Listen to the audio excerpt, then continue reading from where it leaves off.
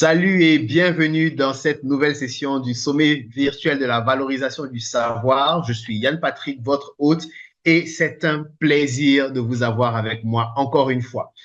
Ce soir, ce jour, ça dépend du moment où vous regardez, je reçois un expert, un ami, un frère même, avec qui, on va dire, on a fait nos armes dans l'entrepreneuriat. On a fait nos armes en train de chercher, de creuser notre voie. Et aujourd'hui, chacun de nous est assez bien calé dans son domaine. Je lui ai fait appel pour qu'il vienne nous parler de comment être numéro un dans son couloir parce que c'est sa spécialité. Si vous avez besoin, même pas si vous avez besoin, vous aurez besoin d'être unique dans votre domaine, dans ce que vous allez faire. Et c'est le spécialiste de l'unicité. Il est capable de trouver ce qu'il faut, mettre le doigt sur ce qu'il faut pour vous aider à vous démarquer sur votre marché. C'est l'architecte des réussites organisationnelles. Depuis 2021, il prête son expertise à la GIZ en tant que consultant, où il transforme des entreprises et des projets en leur offrant des stratégies de développement organisationnels qui sont solides et des plans d'action opérationnels clairs. Avant de se consacrer à la structuration interne des entreprises, il a bâti lui-même une solide réputation dans le domaine du marketing en ligne en maîtrisant les stratégies d'attraction et le growth marketing. Sa capacité à allier vision stratégique et exécution précise fait de lui un allié incontournable pour toute organisation et tout entrepreneur cherchant à prospérer dans un environnement compétitif. Chers participants du sommet virtuel de la valorisation du savoir, accueillez avec moi MacArthur Kwasi, notre spécialiste qui va nous parler d'être numéro un dans son couloir. MacArthur, bonsoir. Bonsoir Yann Patrick. Bonjour pour ceux qui sont connectés depuis la journée parce que je sais qu'on se suit dans tout le monde entier. Donc, ceux qui sont au Canada, bonjour. Tous les restes aussi, je vous salue. Alors, déjà, je te dis merci d'avoir accepté de participer à ce sommet, d'avoir accepté mon invitation et de venir partager avec nous justement des secrets, des astuces qui ont fait de toi le numéro un dans ton couloir et qui peuvent aider les participants aussi à devenir numéro un dans leur couloir. Ouais. Je pense que c'est moi qui dois te dire merci parce que comme tu le sais, nous sommes des passionnés par ce qu'on est et le transmettre, pour moi, comme je le dis, la phrase qui me définit, c'est tout ce qui se partage se multiplie. Donc, je suis totalement disposé. Je ne sais pas combien de temps tu vas m'accorder, mais si tu veux qu'on parle jusqu'à demain, on y va. Je suis prêt à partager tout ce que j'ai et véritablement aider ceux qui suivent, ceux qui ont pris de leur temps pour suivre ce sommet-là. Voilà. Et merci beaucoup pour cette opportunité que j'apprécie énormément. Super, c'est génial. Alors, moi, je t'ai présenté en quelques mots. D'accord? J'ai parlé de toi, de ton expérience depuis 2021, la GIZ et tout. Mais il n'y a pas mieux placé que toi pour parler de toi, pour parler de ton expérience, pour parler d'où tu viens, de ce que tu as traversé. Donc, MacArthur, Yes. moi, je te connais. OK? Yes. Mais Yes. présente-toi à nos participants. Qui es-tu, MacArthur, et d'où tu viens? D'accord. OK. Merci beaucoup, Yann Patrick. Merci, coach, parce que on se connaît depuis Agitel, hein. C'est des années en arrière depuis le master. Et donc, du coup, moi, je fais partie des gens qui ont la chance d'avoir étudié un peu par hasard dans le domaine qui me passionnait, déjà dans la communication, d'avoir travaillé aux différents niveaux de communication. J'aurai le temps de revenir dessus parce que ça fait partie du parcours pour devenir niveau 1. Et depuis 2010, j'ai obtenu un master en ingénierie publicitaire à Agitel Formation. Ensuite, j'ai fait 5 ans au Maroc où, dans ma passion de communicateur, de communicant et de créateur de contenu, à l'époque, on n'appelait pas encore ça créateur de contenu, on appelait ça juste vlogueur ou blogueur. J'ai fait 5 ans. Donc, du coup, j'ai eu à travailler sur certains projets. Le principal projet dans ces 5 ans qui m'a beaucoup marqué, c'était le projet d'installation de Hit Radio, qui est une radio internationale qui est à Casa et qui rentrait sur Abidjan. Donc, qui m'avait sollicité aussi pour travailler sur certains sujets. En 2000, j'ai fait 2011 jusqu'à 2015. Donc, en 2015, quand je rentre au pays, quand je rentre en Côte d'Ivoire, je me dis qu'il faut que je puisse me faire valoir parce que j'avais deux options. En vrai, je ne sais pas si j'avais plus d'options, hein. Bon, la première option, c'était de trouver un mentor parce qu'on savait que la communication bougeait. On avait des hommes de la nuit qui passaient au mode jour, qui avaient des radios, qui avaient des télés et tout. Ou alors, la deuxième option, c'était de réussir un projet de A à Z. Et comme je suis un passionné et que, et que j'ai trouvé que avoir un mentor, ça allait être un peu trop facile, j'ai choisi la deuxième option. Mais en vrai, avant cette option-là, j'ai juste décidé de faire mes armes auprès d'une agence de communication. Parce que la sagesse recommande que quand tu viens dans un territoire, il faut t'allier avec ceux qui pratiquent ce que tu veux faire pour apprendre, te faire connaître et ensuite te déployer. Parce que le monde, en fait, suit un processus. Voilà, le monde suit un processus. Nous sommes déjà, si on était planté oranger, on a déjà des orangers, mais pour devenir, pour produire des oranges, bien sûr qu'on va passer par la phase semences, ensuite croissance, tout ça jusqu'à la fin. Donc, du coup, je suis rentré, j'ai postulé pour rentrer à Vintage Conseil. Désolé pour la publicité. Voilà, je suis rentré comme community manager à Cordon Bleu. À Cordon Bleu, qui est une régie culinaire, donc une régie publicitaire, mais qui est spécialisée dans la cuisine et qui a une agence sœur qui s'appelle le Festival des Grillades. D'accord? Donc, la même agence Advantage, fait à la fois Cordon Bleu, tout ce qui est magazine culinaire, émission télé et un centre culinaire d'apprentissage de recettes et tout. Et une fois par année, à un événement leader en Côte d'Ivoire, je pense que tous ceux qui sont en Côte d'Ivoire ont déjà entendu parler du Festival des Grillades. Donc, je rentre là-bas et avec ma passion, avec ma petite expérience que j'ai pu avoir acquérie pendant 5 ans au Maroc sur le digital, donc je fais mes armes. Donc, du coup, je travaille d'abord en interne comme community manager, puis digital manager. Et comme ça, de manière inopinée, ce n'était pas dans mon contrat et on me dit, bah, OK, tu t'en sors bien sur les pages Cordon Bleu. On te propose de travailler sur la communication du Festival des Grillades. Alors, je ne sais pas ce que c'est le Festival des Grillades. J'avais entendu parler, j'avais jamais participé, mais l'objectif était clair. La patronne m'avait dit, on est festival depuis 5 ans. On existe déjà depuis 5 ans, 6, 5 ans, mais en vrai, on passe, les internautes passent le temps à nous insulter pour les déboires et tout, parce qu'il y a trop, il n'y a pas de place et tout. Et on aimerait créer une histoire autour du Festival des Grillades. Et comme je suis un passionné de communication, j'ai réfléchi, je me suis dit, OK, il fallait que je développe une structure. Donc, la première plateforme sur laquelle j'ai pu exprimer, vraiment, j'avais carte blanche pour exprimer toutes mes idées, c'était sur le Festival des Grillades.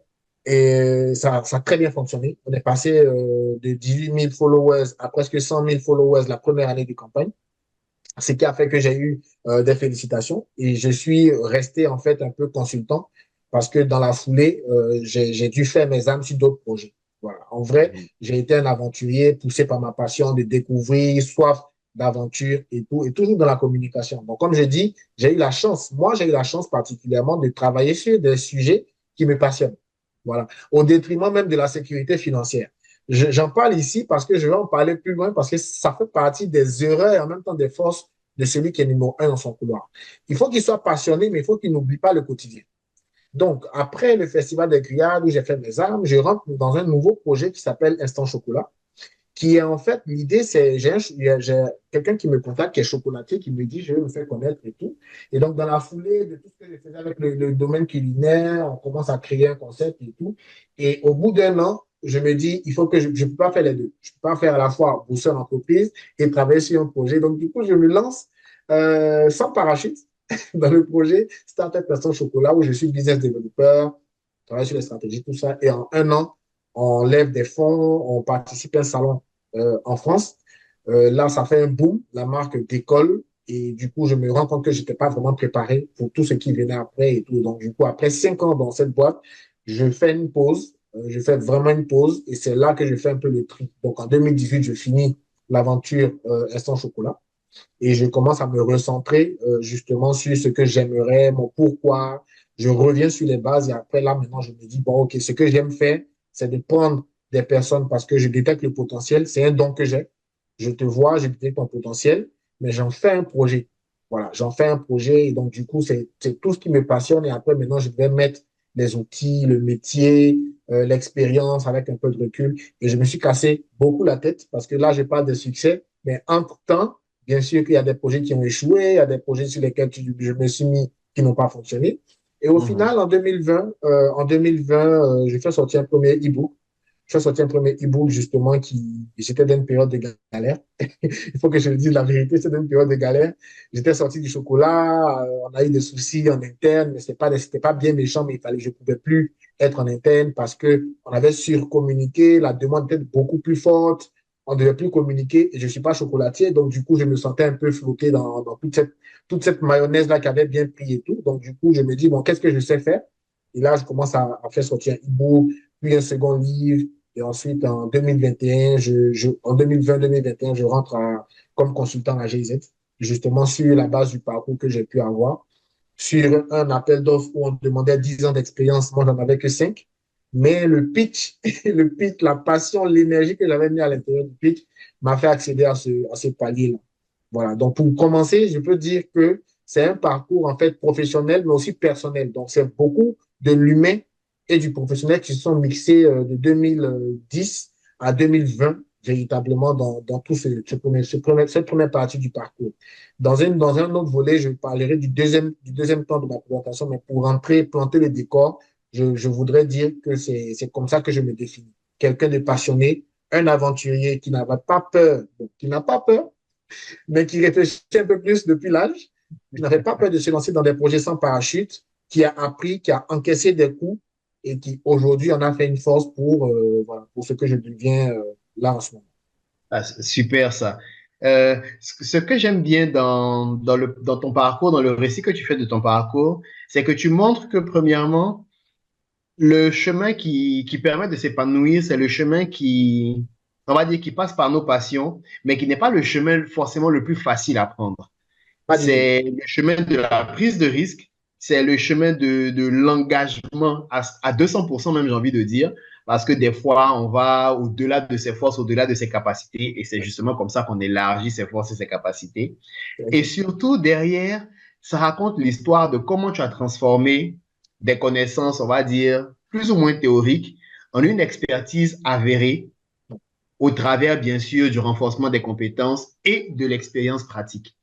Pour C'est dire que ça. c'est pas juste en restant dans son coin et en attendant que les années passent, qu'on devient un expert ou qu'on devient bon dans son domaine, c'est en multipliant les expériences. C'est ça. Et justement, quand on essaie de multiplier les expériences, tu l'as dit tout à l'heure, tu as eu des revers, des échecs, des coups Beaucoup. durs et tout. Et effectivement, c'est jamais une route facile. Il y a toujours des obstacles, il y a toujours des blocages. Donc, moi, j'ai envie de te demander, quels sont les obstacles ou les blocages que tu as rencontrés dans ton parcours, à la fois au niveau personnel en interne, donc dans ton Mm, mindset, dans ta manière de mm, penser, dans tes mm. émotions et tout, et aussi en externe, que ce soit des blocages au niveau de la famille, des moyens financiers, du marché, des concurrents, bref, tout ce qui peut venir de l'extérieur. C'est J'aimerais que ça. tu nous parles des blocages à ces deux niveaux-là. D'accord, d'accord. Merci pour ce que tu dis. Et 200% d'engagement, c'est même peu. Il faut dire qu'avant, j'étais peut-être à 600, 700%. Ouais. En vrai, avant de répondre à ta question, je voulais rappeler une chose. La passion signifie souffrance. C'est pas juste des passions. C'est pas le fruit de la passion, c'est pas juste des passions. La passion signifie souffrance. En fait, je me suis rendu compte avec du recul que quand tu es poussé par ta passion, en fait, c'est un peu comme si tu étais appelé à déployer quelque chose que tu as en toi, mais que tu ne comprends pas. Le passionné, c'est celui, en fait, qui va affronter des choses et c'est dans ces choses-là qu'il se rend compte que il est agile, il est fin.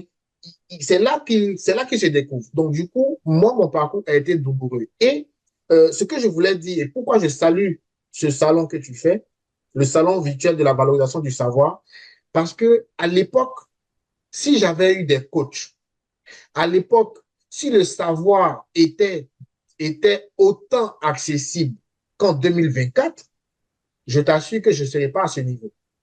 Mhm. Mais en même temps, je me rends compte aussi que je devais passer par là parce que je me suis rappelé, parce que quand je faisais mes exercices internes pour justement voir tout ce qui a marché, n'a pas marché, quand tu es sérieux dans ce que tu veux faire, tu te remets en question. Voilà. Quand tu prends tes responsabilités, tu te demandes pourquoi ça n'a pas marché. Je me suis rendu compte que j'étais pas équilibré. D'accord? Donc, la première chose, c'est que j'étais poussé par quelque chose qui est bien au-delà de ce que je sais. J'ai par exemple démissionné d'un emploi où j'étais en pleine percée professionnelle au Festival des Grillades parce que je passais de simple community manager à digital manager. J'avais deux agences que je pouvais gérer à la fois, donc l'agence Cordon Bleu et l'agence Festival des Grillades, bon, Advantage. Et il y avait aussi l'opportunité derrière de pouvoir être coopté par des boîtes plus costauds. Et je laisse ça pour rentrer dans un projet où, comme je l'ai dit au départ, j'avais la possibilité d'avoir soit un mentor qui allait me faciliter la tâche, parce qu'il faut que je précise, qui allait me faciliter la tâche, m'ouvrir des portes, ou alors avoir un projet qui allait porter ma signature.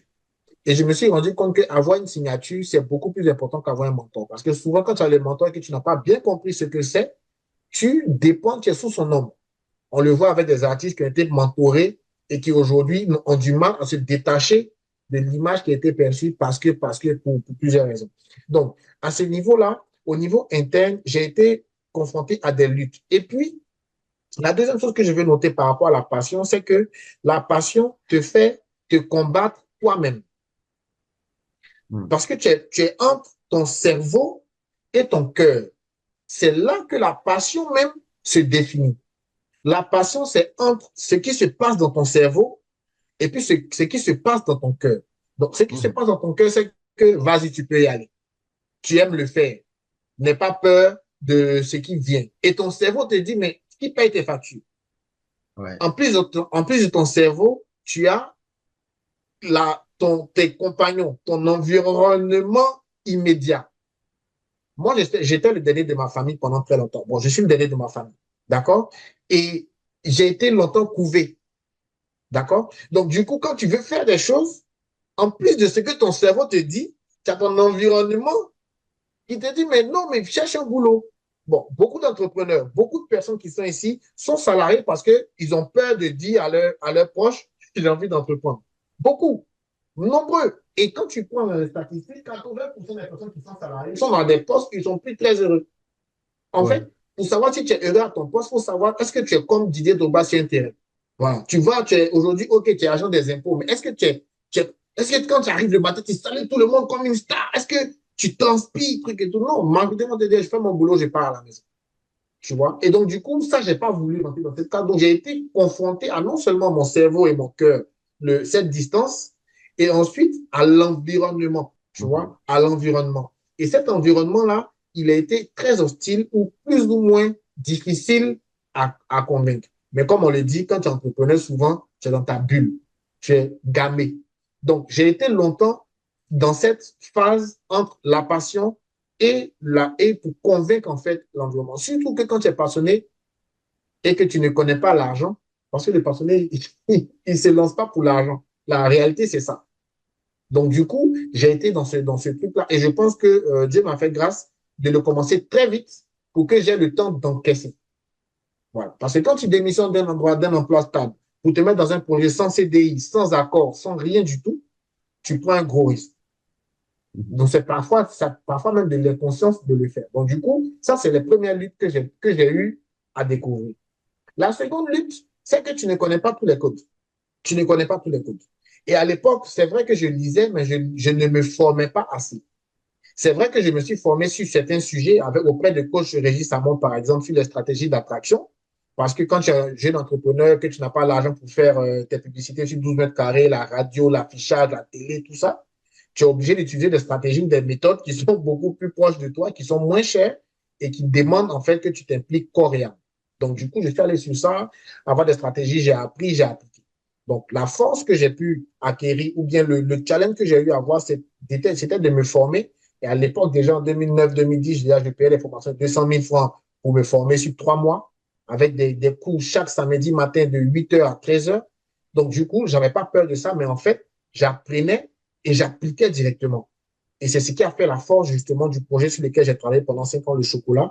Pour ceux qui ont suivi ou ceux qui n'ont pas suivi, vous avez juste à taper Instant Chocolat, vous allez voir un peu ce qui s'est passé. On a fait un travail immense avec vraiment 3 fois rien. Et donc, du coup, c'est dans cette optique-là que j'ai eu à apprendre, à me former, mais il y avait la communication, la connaissance n'était pas autant divulguée qu'en 2024, malheureusement ou heureusement. Donc, du coup, c'était les principaux obstacles, comme pour la question, pour répondre précisément à ta question, les principaux obstacles, c'était de faire l'équilibre entre mon cerveau et mon cœur, de convaincre l'entourage, d'être rentable, d'être rentable, parce que c'est un mot clé, d'être rentable, et puis surtout d'anticiper les pièges et les erreurs. Voilà. En gros, c'est ce que je peux dire là. Parce que dans la suite, peut-être je vais mieux développer sur ces sujets-là, mais c'est en gros les 3 choses, 4 choses que je peux partager. Ok, c'est top ça. Il y a un truc quand même sur lequel je peux rebondir immédiatement. C'est juste pour m'adresser aux participants du sommet. Ouais. Ce qu'on est en train de vous, ce que je vous présente et que tous les experts qui vont passer vont vous présenter, ce sont justement des manières de transformer vos passions, vos connaissances, tout ce que vous avez dans la tête, vos talents, votre potentiel, sans quitter votre emploi. OK? Votre emploi vous octroie une certaine sécurité. On ne vous dit pas de tout laisser tomber et de devenir entrepreneur. C'est pas ça l'idée. Nous, on va vous partager des idées, des stratégies qui vont vous faire avancer et rentabiliser ce que vous avez dans la tête, à la fois dans votre emploi, mais également dans un projet annexe où vous allez vous épanouir financièrement, personnellement, moralement, spirituellement et humainement. C'est vraiment ça l'idée. Donc, n'allez pas démissionner parce qu'on a dit valorisation du savoir. OK? Gardez votre job, travaillez sur ces projets-là en parallèle. Vous allez voir, c'est assez simple à faire, mais ça va demander quand même euh, une certaine organisation. Et moi, maintenant, pour revenir à toi, MacArthur, quand tu fais une petite rétrospective, quand tu regardes ton parcours, c'est quoi le plus bel accomplissement pour toi? Quel a été ton plus bel accomplissement? Pas le plus bel, ton plus bel accomplissement. Mon plus bel accomplissement, si tu m'avais posé la question il y a 3 ans, j'allais te dire d'avoir réussi à développer une marque. Mais aujourd'hui, mon plus bel accomplissement, c'est d'avoir pris du recul. Mon plus bel accomplissement, c'est d'avoir trouvé véritablement mon chemin et mon message de vie.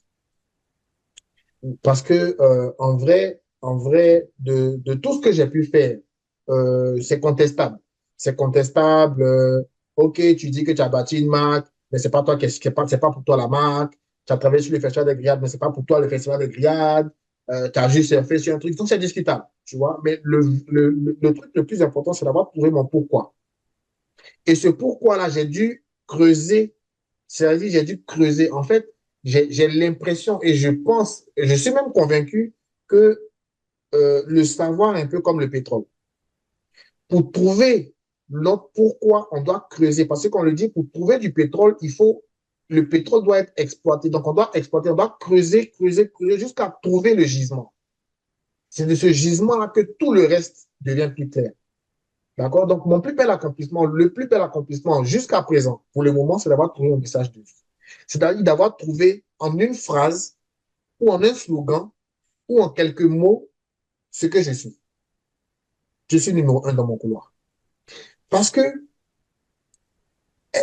j'aurais pu dire devenir numéro 1, tout simplement. J'aurais pu dire trouver ton couloir. Mais c'est pas ça. C'est être numéro 1 dans son couloir. C'est différent. Dès lors que les deux blocs de mots sont mis ensemble, ça tout change. Et c'est vraiment ça qui est important et qui est mon message de vie et que je vais dire jusqu'à mon dernier souffle et qu'après mon dernier souffle, ça va se perpétuer parce que ce truc-là, je t'assure que je n'ai pas encore fait des comptes pour ce que je sais, pour ce que je maîtrise, pour les stratégies que j'ai proposées à des clients qui ont cartonné, je n'ai même pas encore déployé 5%. Mais déjà, beaucoup de personnes me font des retours pour me dire, ah, vraiment, la phrase, elle me parle, ton t-shirt que tu fais, quand je le porte, c'est un peu comme si j'avais porté un maillot de foot, je me sens galvanisé et tout. Je dis oui parce que c'est quand même sorti d'une expérience vraiment et d'un recul. Donc, la réalité, c'est que ce dont je suis le plus fier, c'est d'avoir trouvé ce message-là. Et ce que je souhaite, c'est que chacune des personnes, chaque entrepreneur, chaque salarié qui, qui vit, qui est né, trouve son message. Vous allez voir que le monde va mieux se porter. Nos enfants seront fiers de dire que dans ma famille, il y avait Yann Patrick. Dans ma famille, il y avait X. Dans ma famille, il y avait Y. Ce truc-là me hante, me met la pression. Et aujourd'hui, j'en fais en fait quelque chose qui me fait vivre et qui me fait vibrer en vrai. Voilà. C'est super ça. Et c'est exactement aussi l'une des raisons pour laquelle justement j'ai lancé Cerveau Rentable. Au début, je pensais que c'était juste, OK, c'est une nouvelle façon de faire du business et tout, mais après, je me suis rendu compte que ça va plus loin que ça. Comme tu dis, on est tous nés pour une raison. OK? Je rentre même pas dans des considérations religieuses ou spirituelles ou quoi que ce soit du genre. On est tous nés pour une raison. On est tous, euh, on est tous en mission sur Terre. On a quelque chose à apporter à l'humanité. On n'est pas juste né pour travailler, manger, dormir, mourir et être oublié. Et justement, moi, je pense que si c'est ça ton plus grand accomplissement, je pense que il y a très peu de chances que quelque chose détrône ça.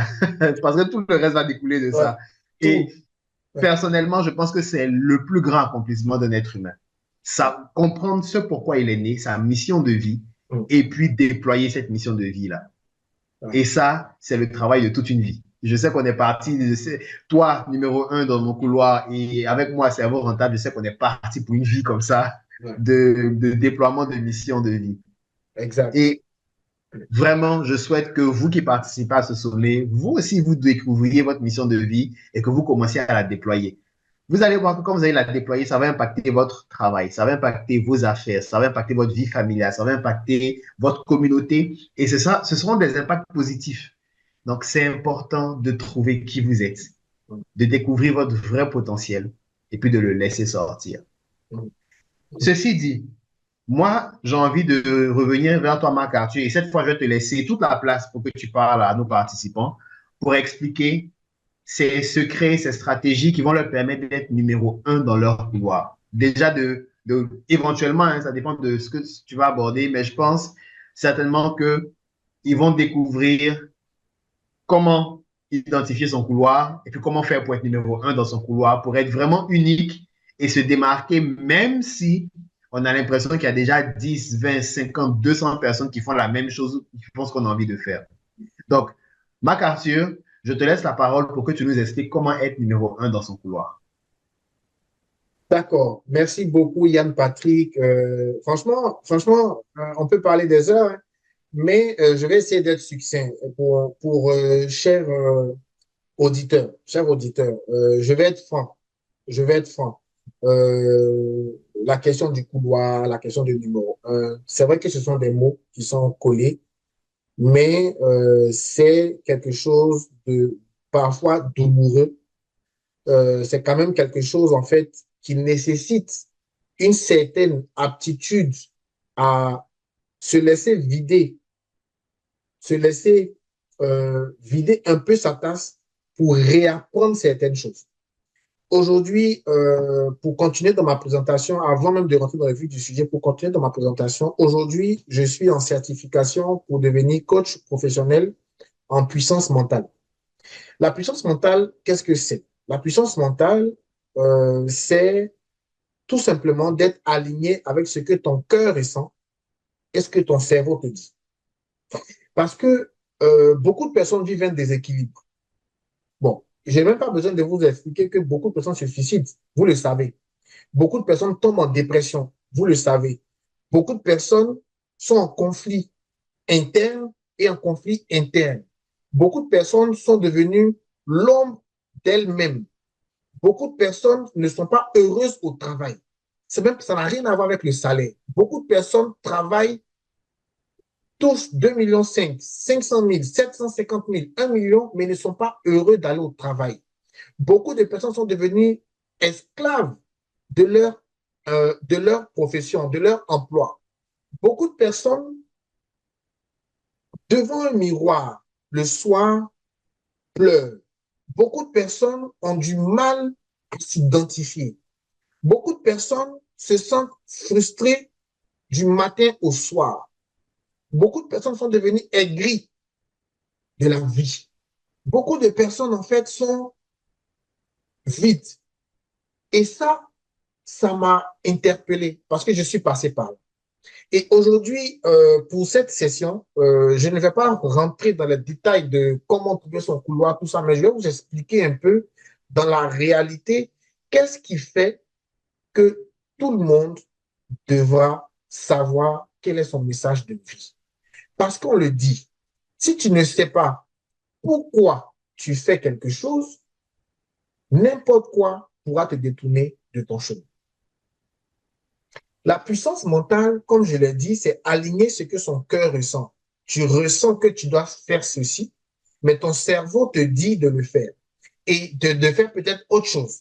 Et donc, du coup, on se sent déséquilibré. Mais le déséquilibre même, il a plusieurs niveaux. Le plus dangereux, c'est le déséquilibre interne. Pourquoi des personnes qui sont mariées, qui ont des enfants, qui ont un mari attentionné, ou bien qu'une femme attentionnée, qui ont un boulot, des fois se sentent perdre leur confiance. On va dire peut-être qu'au boulot, le patron, il m'engueule et tout, mais c'est pas vrai. La réalité, c'est que on a perdu ou alors on n'a pas encore bien trouvé le sens de notre vie. Le sens de la vie, là, c'est vraiment ce qui va te donner le moteur. Le moteur, c'est ce qui va alimenter ton énergie interne. Et ça, ce sont des questions, en fait, qu'il faut vivre ou pratiquer pour comprendre que à, à n'importe quel moment de la vie, on aura besoin de se poser la question, pourquoi je suis là? Si on a créé une télécommande pour allumer la télé, ou bien pour l'éteindre, ou bien pour zapper les chaînes, si on a créé une machette pour abattre les arbres, pour couper des choses, si on a créé un couteau pour couper de la viande, à plus forte raison, un homme, il a été créé pour quelque chose. Le problème qui se passe, le problème majeur, c'est que très souvent, on s'est dit qu'on est là comme ça. On est venu par hasard.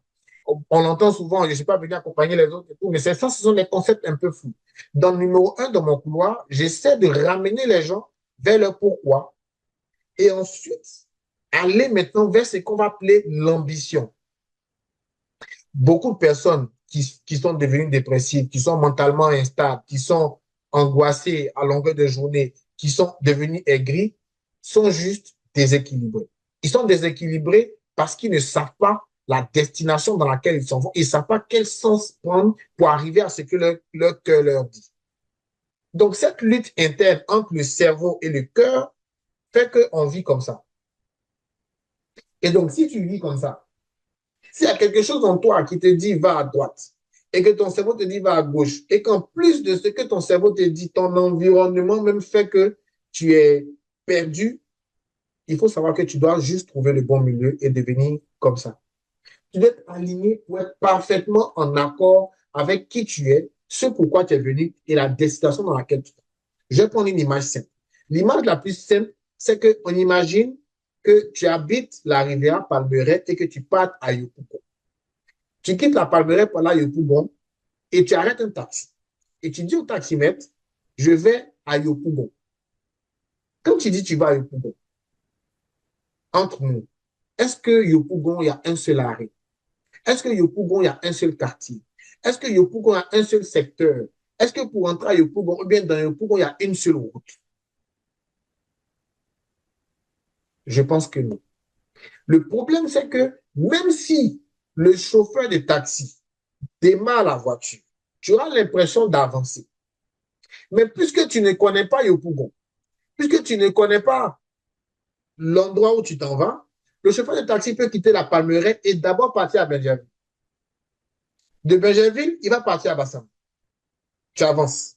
Tu es en train d'avancer. Tu as l'impression d'avancer. De Bassam, il va aller à Jacquesville. De Jacquesville, il va revenir à Cocody. De Cocody, il va partir à Bobo. D'abord, il va partir maintenant à Tekoubé. Et d'Atekoubé, il va enfin prendre l'autoroute du Nord. Et tu auras l'impression d'avancer. Pourquoi? Parce que la voiture roule. Donc, si on ramène ça à quelqu'un qui est là et qui n'a pas encore découvert son pourquoi, ni sa destination, il est comme quelqu'un qui avance. Les jours passent. Tu t'habilles, il y a des anniversaires qui passent, il y a des tendances, il y a des choses qui arrivent. Donc, tu vis au jour le jour. Ta voiture est en train d'avancer. Mais ta voiture n'avance pas dans la destination, vers la destination précise où tu as décidé de partir. Ta voiture est en train de faire des détours. Et dans ces détours-là, tu sens que tu perds du temps. Souvent, il y a des questions qui viennent, mais j'ai l'impression de perdre du temps. Regarde les gens de ma génération, ils ont avancé. Regarde ça, c'est comme si, regarde celui-là, il est arrivé là-bas. Mais en fait, il y a un truc que tu n'as pas encore percuté. C'est que avancer n'est pas suffisant. Il faut avancer vers une destination précise. Donc, le travail du coach en puissance mentale, c'est de pouvoir amener la personne à non seulement identifier clairement son ambition et aussi identifier son pourquoi. Et une fois que c'est fait, lui proposer un plan qui va lui permettre d'éliminer les chemins qui l'éloigne de sa destination et de lui permettre de rester concentré sur sa destination.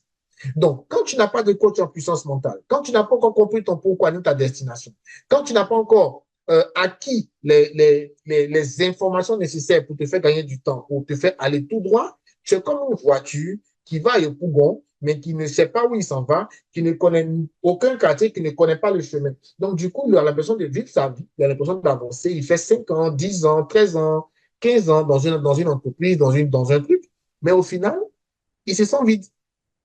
Pourquoi? Parce que ton cœur te dit que c'est là-bas que tu dois partir. C'est là-bas que tu seras épanoui. C'est là-bas que tu vas commencer à déployer ton potentiel.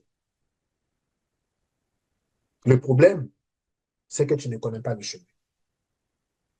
La puissance mentale, c'est pourquoi je suis devenu coach en puissance mentale, c'est parce que en tant qu'entrepreneur passionné, j'avais une vision de là où je voulais partir, mais je ne savais pas comment y arriver. Je vous ai dit que j'ai commencé à entreprendre en 2008. À la base, et c'est pas encore fini, je vais créer un média. Mais en fait, créer un média, c'est non seulement vague, parce qu'il te faut une thématique, il te faut de l'expérience, il te faut apprendre des choses. Donc, je suis rentré en formation, j'ai fait différents trucs, mais en fait, c'était pas encore clair dans mon esprit. Qu'est-ce qui a rendu ça clair? Ce sont les épreuves, ce sont les expériences, ce sont les essais, les échecs, les erreurs qui m'ont permis de pouvoir me faire une idée de ce qu'implique la vision d'avoir un média. Tu veux un média pourquoi? Qui tu es et qu'est-ce qui te permet d'avoir un média? Qu'est-ce que tu veux diffuser? Donc, tout ça, c'était des questions auxquelles je n'avais pas pensé. C'est pour ça que je reviens pour dire que lorsque tu n'acquiers pas la connaissance, l'ignorance va te faire tourner en rond, l'ignorance va te fermer un ciel, l'ignorance va te fermer les yeux et tu ne vas avancer qu'avec ton instinct. Donc, quand tu n'as pas encore trouvé ton pourquoi, quand tu n'as pas encore trouvé ton couloir, là, je ne parle même pas encore de devenir numéro un, quand tu n'as pas encore trouvé ton couloir, tu es dans le mode survie. Tu n'es pas loin d'un animal. Désolé, je ne t'insulte pas. Je dis, l'animal vient, il mange, il avance, il chante, il danse, il fait son truc et tout, et puis il meurt. Mais en vrai, est-ce que tu es venu pour ça? Est-ce que tu es venu juste pour t'habiller, aller au travail, manger, dormir et mourir? Je ne pense pas. En tout cas, il y a des gens qui se plaisent dedans. Et au fur et à mesure que j'ai avancé dans mon projet, parce que ça fait presque 20 ans que je suis entrepreneur, je suis très jeune, j'ai la chance de faire partie des gens qui ne vieillissent pas vite parce que j'ai toujours mon pouvoir. Mais en vrai, tout ce que j'ai acquis, tout ce que j'ai appris, c'est simplement pour me dire, bah, OK, mon message de vie, ça sera d'aider des personnes, en fait, à trouver ça et à exploser, en fait. Mais pour ça, je pense que j'ai dû payer le prix. Donc, il y a toujours un prix à payer. Il y a toujours un prix à payer. La connaissance a un prix. Mais si tu penses que la connaissance coûte cher, il faut essayer l'ignorance. L'ignorance tue. L'ignorance tue. Et pour ceux qui sont dans les systèmes éducatifs francophones, on se rend compte que le système éducatif francophone ne nous amène pas à devenir. Le système éducatif nous apprend à être. Et même pas à mieux être ou à bien être, hein, à être, à être comme ça. C'est-à-dire, on te forme pour que tu travailles, pour que tu sois quelque chose. On te forme pour que tu sois employé ici. On te forme pour que tu travailles dans... Même quand tu as fait du marketing à l'école, on t'apprend le marketing. Qu'est-ce qu'on t'apprend là-bas? On t'apprend à gérer des projets. Même pas des projets, on t'apprend à gérer des campagnes. Mais les campagnes sont déjà faites. Quand tu rentres chez Orange, tout est déjà fait. On a juste besoin de quelqu'un d'opérationnel qui comprend la vision de l'entreprise, qui va exécuter. Donc, ta créativité, tu l'utilises peut-être à 10%. Et donc, du coup, tu peux soit rester dans ce moule toute ta vie et mourir triste, ou alors te dire, mais à un moment donné, mais il faut que j'existe, en fait. Il faut que je laisse sortir ce qui est dans mon cœur. Et c'est là que tu vois que des personnes à 50 ans démissionnent. Expert comptable démissionne. Il devient quoi? Jardinier. Parce que les pays développés l'ont compris depuis longtemps. Mais dans le système éducatif, on n'est pas enseigné, on n'est pas éduqué pour devenir. Donc, du coup, la préparation mentale, c'est ça. Donc, je rentre en puissance mentale, en préparation, en coaching en préparation mentale, simplement parce que je me suis rendu compte que, au fur et à mesure que j'ai dû avancer, au fur et à mesure que j'ai dû me rencontrer des expériences, j'ai été confronté à beaucoup de difficultés internes, comprendre qui je suis, savoir ce que je suis appelé à faire, savoir ce que je veux devenir réellement, trouver ce pourquoi j'ai été sur Terre. J'ai été confronté à des problèmes au niveau technique. Technique, est-ce que je sais faire? J'ai envie de faire, mais est-ce que je sais faire? Donc, du coup, tu bricoles. Quand tu bricoles, tu n'es pas excellent. Donc, tu n'es pas numéro un. Ensuite, tu dois apprendre à gérer l'échec. J'écoutais un live avant-hier du coach Yann Patrick qui parlait des erreurs. Il disait que le système éducatif nous a fait comprendre que les erreurs, c'était l'échec. Parce que quand tu fais une faute, on te en barre, main rouge, faux. Mais en fait, si on t'a pas expliqué qu'est-ce qu'il faut faire, mais tu ne sauras pas pourquoi tu as fait la faute, tu ne sauras pas comment rebondir dessus. Donc aujourd'hui, mon métier, mon travail, le travail que ma vie est devenue, c'est d'aider des personnes qui sont visionnaires, qui ont envie de devenir numéro un, qui ont envie même de savoir ce pourquoi ils sont appelés, non seulement à trouver leur couloir, à identifier, à trouver leur identité, mais aussi à courir. Courir, c'est-à-dire avoir un projet clair. Courir, c'est-à-dire planifier efficacement. Courir, c'est-à-dire trouver les bonnes astuces. Mais courir, c'est beaucoup plus devenir rentable. Parce qu'en en fait, vous les passionnés, nous les passionnés, nous qui avons découvert quelque chose qu'on a envie de faire, nous qui cherchons en fait à exister, nous qui cherchons à laisser une trace, on est très souvent porté par la passion. Donc, pour terminer, en fait, au niveau de cette introduction véritablement dans ce point majeur qui est le pourquoi de notre vie, je suis parti de l'histoire, en fait, que j'ai vécue et puis une caricature sur le volet véhicule et tout. Et si ça te parle, il faut juste savoir que la connaissance est la clé de toute chose. Je sais que on n'est pas dans un cadre spirituel, ni religieux, ni tout, mais en fait, la quête, la vie même n'est pas simple. Ce qui se passe même avant qu'on ne naisse, comment est-ce qu'on brave, qu'on fait 9 mois dans un cocon avant de sortir, comment est-ce qu'on féconde une ovule, c'est pas quelque chose qui est simple. Non, on ne peut pas parler de mission de vie, de compétences, de vocation, de vision, sans parler de l'aspect sur lequel il faut véritablement s'appuyer, qui est pourquoi. Mais le pourquoi, tu le demandes à qui? Si aujourd'hui tu reçois un stylo, le stylo, il est là, il est comme ça, et que tu ne sais pas l'utiliser, tu demandes à qui? Tu vas peut-être regarder la notice. Si tu as la possibilité, tu vas demander à celui qui l'a fabriqué. Comment on utilise ta chose? C'est ça la réalité. Mais quand c'est un être humain, quand c'est un être humain, ok, tu étais conçu comme un stylo. Tu es venu dans la nuit, tu es ton processus, tu es venu, tu es là. Tu es sur terre, on t'a relâché, tu es là. À qui tu demandes comment et pourquoi je suis là?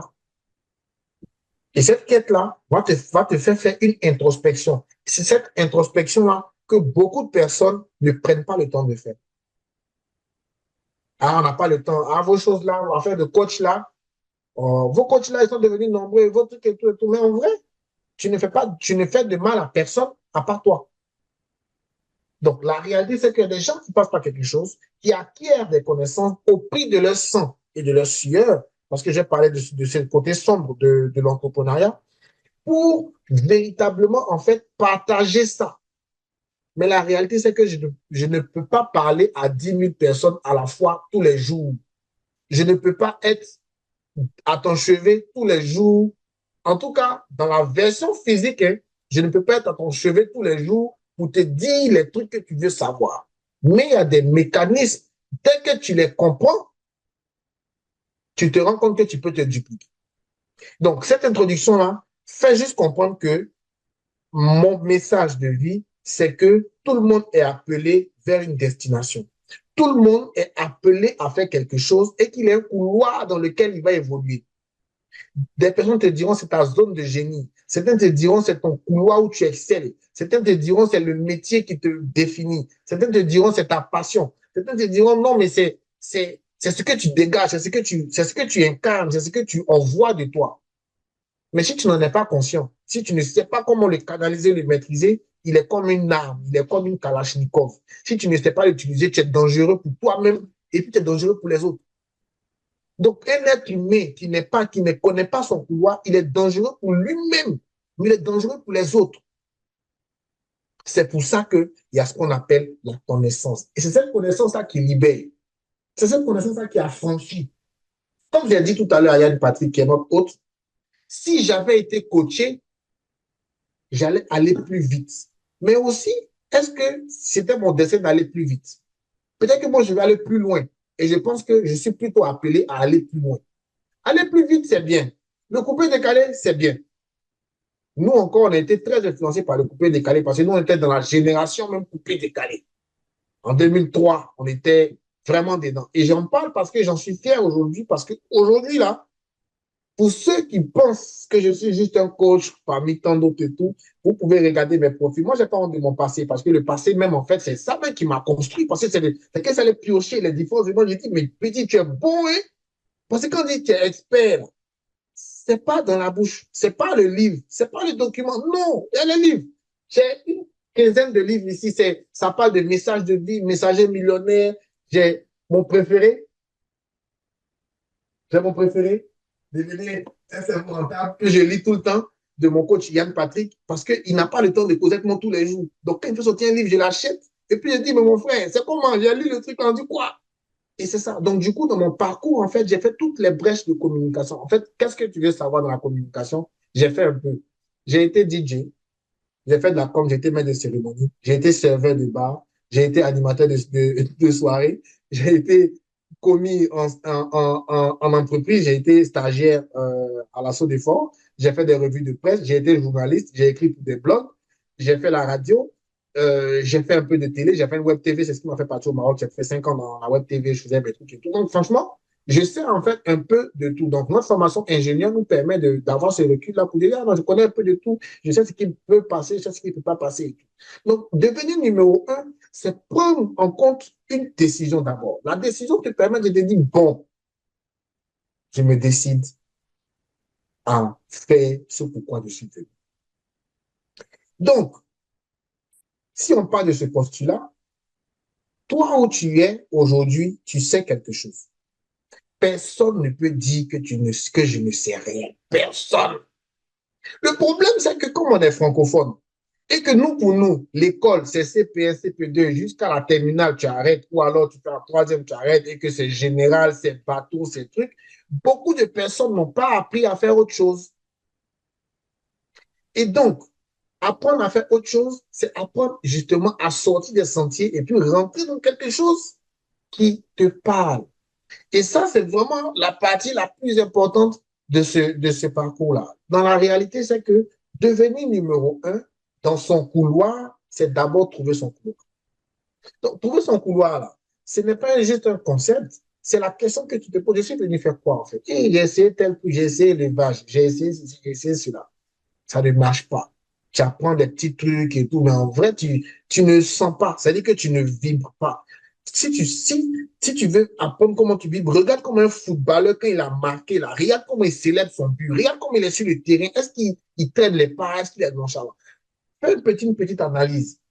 Est-ce que tu es heureux? Est-ce que tu es content, en fait? La première chose, c'est ça. Trouver son identité, trouver son couloir. Donc, introspection, première chose. La deuxième chose, c'est que beaucoup de personnes connaissent leur pouvoir. Ils savent ce qu'ils veulent. Ils savent ce dont ils ont envie. Ils savent que si tout était possible, là, ils allaient démissionner, ils allaient changer de boulot, ils allaient changer de pays, ils allaient se mettre dans un domaine, ils allaient exceller. Ils sentent qu'ils peuvent le faire. Ils sentent que naturellement, ils ont des prédispositions. Ils arrivent au deuxième problème que tout entrepreneur ou bien tout champion, tout numéro un va rencontrer, l'environnement. L'environnement, c'est ce qui nous entoure. Et ce qui nous entoure, c'est tout le monde. C'est tout ce qui nous entoure. C'est ton mari, c'est ta femme, c'est ton père, c'est ton enfant, c'est ton cousin, c'est ton patron, c'est tes employés, c'est tes salariés, c'est ton chef, c'est ton N+1. Et à ce niveau-là, il faut être assez posé. À ce niveau-là, il faut être assez posé pour pouvoir véritablement affronter ton environnement. Mais ton environnement, il est parfois terrible. Il est parfois terrible. C'est-à-dire que l'environnement, là, des fois, il est tellement hostile que ça peut te pousser à la dépression. Ton environnement peut être tellement hostile que tu vas mettre fin à ta vie. Pourquoi? Parce que, intérieurement, tu es déséquilibré. Deux, c'est ce que tu comptes pour te booster là. Eux-mêmes, ils te découragent. Donc, en fait, ton cœur avait juste besoin que ton papa te dise félicitations, bravo, tu vas y arriver, mais ton père te raboue.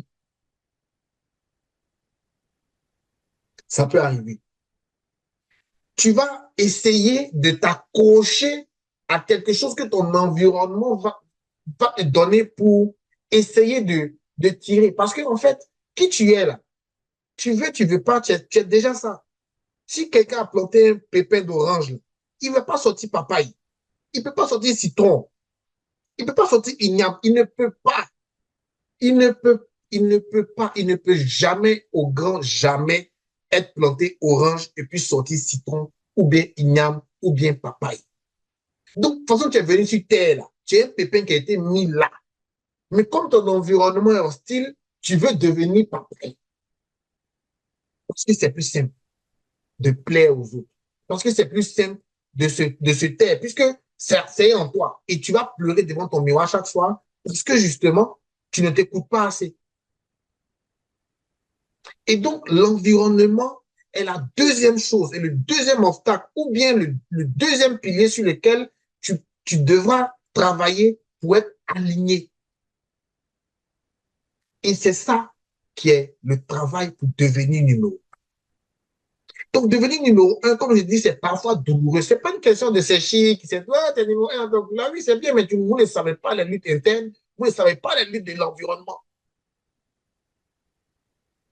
Et ça, c'est quelque chose que beaucoup de mes coachés, beaucoup de personnes que j'accompagne, en fait, après un travail, parce que la puissance mentale, c'est aussi ça, on fait un travail de relaxation, on rentre en interne, on fait de la respiration, on fait de la météo intérieure pour vraiment laisser parler son cœur. Parce que souvent, quand tu poses des questions à quelqu'un, bon, ça, c'est vraiment dans la pratique, hein, quand tu poses des questions à quelqu'un, il est cérébral.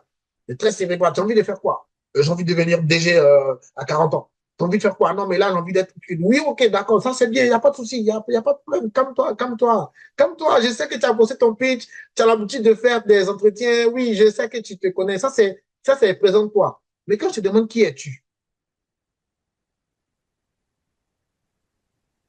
qui es-tu? C'est là que le gars qui était très sûr de lui, très éthique et tout, mais qui es-tu? Il ne peut pas répondre à la question pourquoi? Parce qu'il est cérébral, alors qu'il a besoin de ce qui vient de l'intérieur. Donc, comment on t'emmène en intérieur pour toucher du doigt? Et à ce niveau-là, c'est parfois violent, c'est parfois douloureux, c'est parfois le bonheur parce qu'en fait, on est censé t'accompagner et te faire traverser, te faire voyager pour te reconnecter avec tout. C'est vrai que tout le monde peut pas être, tout le monde n'est pas habilité à t'écouter, à t'accompagner. Et ça aussi, il faut qu'on le dise, tout le monde n'est pas habilité à te coacher. Et tous les coachs ne sont pas obligés de travailler avec tous ceux qui les sollicitent. Donc, voilà, parce que quelqu'un va venir te dire, oh, toi, tu dis, tu es coach, non? Il faut trouver mon couloir et voir. Tu vois un peu comment les gens réfléchissent. Toi, tu dis, tu es coach, non? Faut créer mon produit rentable. Mais non, mais non. Le coaching, c'est l'accompagnement. Moi, je suis pas censé te donner des conseils. Moi, je suis censé t'accompagner, te poser les questions pour que dans ta tête, le chemin erroné que tu as de la vie, que tu puisses enlever les mauvaises herbes, que tu puisses trouver le bon chemin et que tu sois aligné. C'est ça le coaching en puissance. Ou bien le coaching même généralement. Et donc, du coup, ça, quand tu poses la question, qui es-tu? Tu es déséquilibré. Tu n'arrives pas à trouver ton message. Et c'est ça qui est la partie la plus importante. Et une fois que tu as ça maintenant, tu pourras maintenant t'appuyer dessus pour pouvoir affronter ton environnement qui peut être hostile. Donc, pour faire une petite parenthèse, je vais vous expliquer que dans le monde, en fait, on est entouré par 4 types de personnes. D'accord? Le premier type de personnes, ce sont des boosters. Les boosters, ce sont des gens qui parlent avec énergie. C'est-à-dire que le gars, tu lui as parlé de ton idée, non? Et puis lui te révèle le lendemain à 5 heures. C'est comment ton truc là? Tu as avancé, tu as fait la recherche que tu avais dit là. Et toi-même, des fois, même, tu trouves qu'il est plus chaud que toi. Mais qu'est-ce qu'il y a? Moi, mais t'es parlé de mon projet là, tu es dans ma vie. Qu'est-ce qui se passe? Ça, ce sont des boosters. Le deuxième type de personnes, tu as des personnes qui sont des personnes positives. OK, tu m'as parlé de ton projet. Il ne va pas te décourager. Ton projet là. Ah, OK. Mais on peut pas témoigner le non. Il y a une soirée là. Tu vois, en fait, lui, il est positif. En fait, lui, il veut te mettre dans un état d'esprit genre pour te relaxer, mais il ne peut pas te booster. Il n'est ni mauvais ni méchant. Il ne va pas te booster. Ça ne veut pas dire que c'est ton sorcier. Ça veut dire juste qu'il est positif. Il ne sent pas où il peut intervenir dans ce que tu lui as dit. Tu lui en as parlé, mais il n'est pas contre. Il n'est pas aussi pour. Donc, il ne va pas te faire monter en puissance dans ton truc. Il va être là, il va t'accompagner. Quand il finit de parler, si demain tu dis, ah, finalement, j'ai laissé tomber, ah, OK, bon, allons-y, bonne bien. Tu vois, en fait, lui, il est positif. Le troisième type, bon, vous l'imaginez, des personnes négatives. Parti. Il y a des gens qui sont négatifs. Tu viens lui parler de ton projet, c'est-à-dire que l'idée est venue, c'est fait dans ta tête, c'est même pas encore consolidé, c'est même pas encore assis, c'est même pas encore posé. Dès que tu lui parles de ça, il dit, mais ça là, le gars, il a fait ça, il s'est cassé la tête. On laisse tomber. Laisse tomber, c'est pas bon.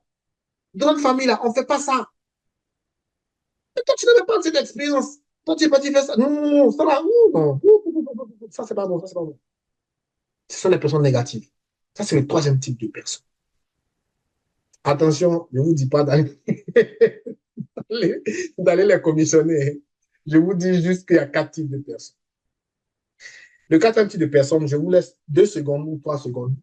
D'après vous, quel est le quatrième type de personne que nous côtoyons au quotidien? Le quatrième type de personne, ce sont des personnes toxiques. Ceux-là, il faut les fuir.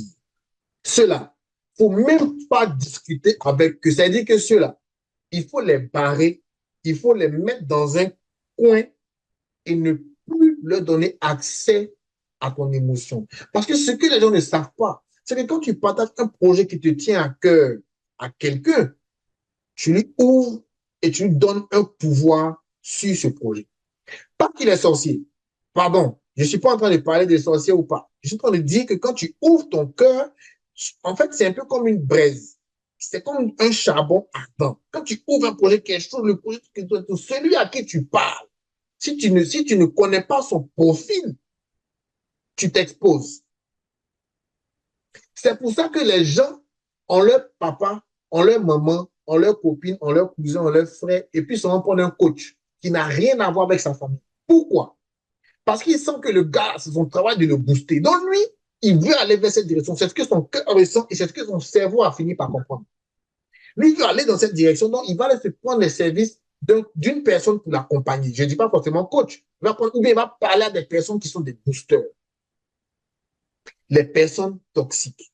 Ce qui est grave, c'est que les personnes toxiques, ça peut être ton conjoint. Ça peut être ton père, ça peut être ta mère, ça peut être ton frère. Ça peut être quelqu'un même, quand il dit ah, c'est ce que ton esprit accepte. Mais il est toxique. Et donc, quand tu veux devenir numéro 1, tu vas devoir apprendre à analyser, à identifier quelles sont les personnes à qui je parle, quelles sont les personnes avec qui je côtoie, quel est mon environnement. Ce travail-là, ce travail-là, il est terrible, mais il est important, il est vital. C'est pour ça que ça peut être douloureux, parce que tu te retrouves souvent à te couper de certaines personnes. Sinon, tu ne progresses pas. D'accord? Donc, l'environnement est le deuxième pilier que tu vas devoir affronter après toi-même, c'est-à-dire après toi-même, le fait de t'équilibrer là. Le deuxième palier, c'est de pouvoir trouver ton environnement, reconstituer un environnement favorable à ta progression. D'accord? Et ça, c'est vraiment en fait l'étape de croissance personnelle que tu vas devoir prendre en compte. C'est douloureux, mais c'est gratifiant. C'est gratifiant parce que quand tu arrives à maîtriser ça, tu deviens inarrêtable. Tu deviens inarrêtable. C'est comme si tu marches avec 50 kilos et puis après un travail, tu enlèves une paire de 5 kilos, une paire de 10 kilos, une paire de 20 kilos, puis tu te retrouves avec 5 kilos. Puis tu te dis de courir. Est-ce que tu n'as pas couru plus rapidement? Tu as couru plus rapidement. Donc, deuxième pilier, c'est ça. D'accord? Et donc, dans ta croissance personnelle, pour devenir numéro un, parce que pour ce que j'essaie de vous faire comprendre, c'est que pour devenir numéro un, puis que le monde t'acclame, que le monde dise, oui, le gars là, c'est un bon, bah, il faut que tu fasses ce chemin-là. Sans ça, personne ne peut personne ne pourra te positionner numéro un. Tu peux chercher à devenir numéro un. Tu peux chercher à battre tes concurrents, aller utiliser des techniques néfastes pour tuer les gens qui sont tout le temps, mais ce n'est pas le but de la vie. Le but de la vie, c'est que tu sois numéro un dans ton couloir à toi. Que tu comprennes que celui qui est dans le même domaine que toi, il n'est pas ton concurrent, il n'est pas ton adversaire. Parce que toi, ta personne là, il n'y en a pas deux. Tu ne me crois pas? Il faut prendre un feutre, mets ça ici, et puis mets ça sur un truc. Et puis va chercher quelqu'un qui a la même empreinte que toi dans le monde. Il n'y en a pas. Même ton frère jumeau, il n'a pas les mêmes empreintes que toi. Donc pourquoi tu vas trouver que le gars est concurrent de ton truc? Oui, dans le côté business marketing, tu vas devoir, mais ton unicité viendra du fait que tu te connaisses d'abord, tu connais ton identité. Si tu ne connais pas ton identité, mais tu es livré, on t'a jeté en pâture en fait. C'est pour ça que tu verras qu'il y a deux types d'entrepreneurs. Il y a les entrepreneurs, et ils achètent jeans, ils revendent. Eux ne sont pas dans fait c'est ma mission de vie. C'est son argent. Lui, il achète jean, il revend. Si demain, jean ne marche pas, là, il s'en prend tricot, il est dedans. Il s'en prend papaye, il est dedans. C'est-à-dire que lui, c'est son truc. Mais quand tu vas bien lui demander, il va te dire, mais lui, sa passion même là, c'est la cuisine. Sa passion, c'est-à-dire que c'est quand il est dans la cuisine, là, il se sent, tu vois, il se sent vivre, en fait. Mais il laisse ça, parce que lui, il est focus sur son argent. Là, depuis un jour, il aura beaucoup d'argent, et puis il aura envie de faire quelque chose, et puis il va se concentrer, et puis il va aller dans un séminaire. Parce que quand tu commences à avoir de l'argent, quand tu n'as plus trop de soucis de je cherche 1 million par mois, 2 millions par mois, là, tu as envie de vivre, quoi. Tu as envie de vivre, tu as envie d'exister, tu as envie de. D'accord? Donc, dans ta croissance personnelle, il y a ça. Et du coup, la troisième étape, ça sera de pouvoir clarifier ton ambition. Dis dans ton Yopougon là, où tu t'en vas. Tu vas où à Yopougon? Tu vas à Cité Verte, tu vas à Nyongo, tu vas à Sebako, tu vas où? C'est ça qui est important. Et une fois que tu auras fait ce travail-là, tu pourras maintenant bâtir une marque durable. Tu auras déjà trouvé ton identité, tu pourras maintenant assumer cette identité et puis en faire une identité remarquable. Donc, pour bâtir une marque durable, j'utilise le mot durable parce que tu peux bâtir une marque, il va faire 1 an. Beaucoup de personnes se disent que quand pour bâtir une marque, il faut payer un logo. Il faut prendre le logo, il faut faire chaque graphique. Mais vous n'avez rien compris. En tout cas, franchement, si c'est ça qui pour vous, j'ai une marque, non, du coup, j'ai ma marque des trucs et tout, donc du coup, j'ai un beau logo, je fais des photos, je fais des selfies, on me voit à Cinétique, ça n'a rien à voir avec du branding, ça n'a rien à voir avec une marque. Tu parais. Et donc, du coup, pour cet aspect-là, je vais être peut-être un peu dur, mais beaucoup de gens se laissent berner. Beaucoup de gens pensent que bâtir une marque, c'est faire du personal branding. Encore que, ils se trompent même sur la notion de personal branding. Aujourd'hui, moi, j'ai fait ingénierie publicitaire. J'ai fait ingénierie publicitaire en 2010, en 2008-2010. J'ai fait une certification multimédia en 2011 au Maroc. J'ai travaillé sur différents projets avant de revenir, quand je me suis expatrié en 2021 sur la France, j'ai fait encore une certification en copywriting. J'ai fait une certification en business développement. J'ai fait une certification en YouTube. Et là, je suis en train de faire une certification pour devenir coach. Ça me fait 17 000 euros d'investissement personnel dans mon couloir. En fait, je veux pas dire qu'il faut forcément miser tout ça, mais tu te donnes les moyens. Donc, le branding, le personal branding, quand je pense que j'ai mis autant d'argent pour apprendre ce que c'est et tout, et que le gars te dit, non, mais le gars, il fait ton logo à 5 000 francs. Ou bien non, sa stratégie de communication, là, il a une page Facebook, il n'arrive pas à sponsoriser, mais je ne suis pas là-bas, en fait. Je ne suis pas là-bas. C'est comme si tu vois un professeur d'université, ou bien tu vois un professeur médecin, ou bien même un médecin, puis tu dis, viens me piquer un truc. Je suis pas infirmier, en fait. Tu vois? Et donc, en fait, en faisant tout ça, en prenant conscience de qui je suis, en prenant conscience du bagage que je porte, de l'expérience. J'ai parlé des coûts que j'ai investis dans ma formation. J'ai même pas parlé du coût que travailler sur le festival des grades m'a coûté en termes d'énergie. Je ne parle même pas du chocolat, où j'ai fait 5 ans en non-stop. En non-stop, où j'ai failli avoir un AVC à 33 ans. Il y a déjà quelques années en arrière. Parce qu'en fait, vous n'avez pas idée de ce que c'est qu'une bâtir une marque. En plus de ça, bâtir une marque, non seulement c'est terrible, mais il faut bâtir une marque durable. Donc, ça peut être tout ça que je me dis, non, mais attends, en fait, mais la réalité, c'est que les gens sont loin. Et après, en travaillant, au départ, je prenais tout type de clients. Et je me suis rendu compte que ben, tu ne peux pas travailler avec tout type de clients. Parce que moi, j'ai eu des clients qui m'ont dit que je ne vaux rien. Pourquoi? Parce que quand ils sont venus me voir, moi, pensant marque durable, je me dis que je vais bâtir une communauté, je vais travailler sur les fondements, je vais rééquilibrer le business, je vais travailler sur les stratégies de croissance, je vais travailler sur tout ça, en fait, mais lui n'a pas le temps, lui veut juste que tu sponsorises sa page, qu'il ait beaucoup de likes. Il veut juste que tu fasses le bouffon sur sa page pour mousser, en fait. Mais ça fait 3 mois, 6 mois. Et ça, c'est la stratégie coupée-décalée. La stratégie coupée-décalée, tu vas mousser pendant 3 mois, 6 mois, et après, bon, voilà, tu es passé à autre chose, et puis les gens passent à autre chose, et puis après, tu rebondis sur un nouveau bug. En fait, toi, tu seras porté par le vent. Et donc, quand tu es quelqu'un qui est profond comme prestataire, et que toi, tu es olé olé, ça ne peut pas fonctionner. Donc, du coup, moi-même, ça m'a obligé à me séparer de certains services, de certaines choses, de beaucoup de trucs, en tout cas, pour me concentrer sur une niche. Et ça, c'est tout ce travail-là qui est le parcours pour devenir numéro un. Donc, en ayant laissé beaucoup de choses, je sais précisément ce que je veux. Voilà. Et donc, c'est un travail. Mais ce travail-là, est-ce que tout le monde doit le faire? Ça, c'est la question.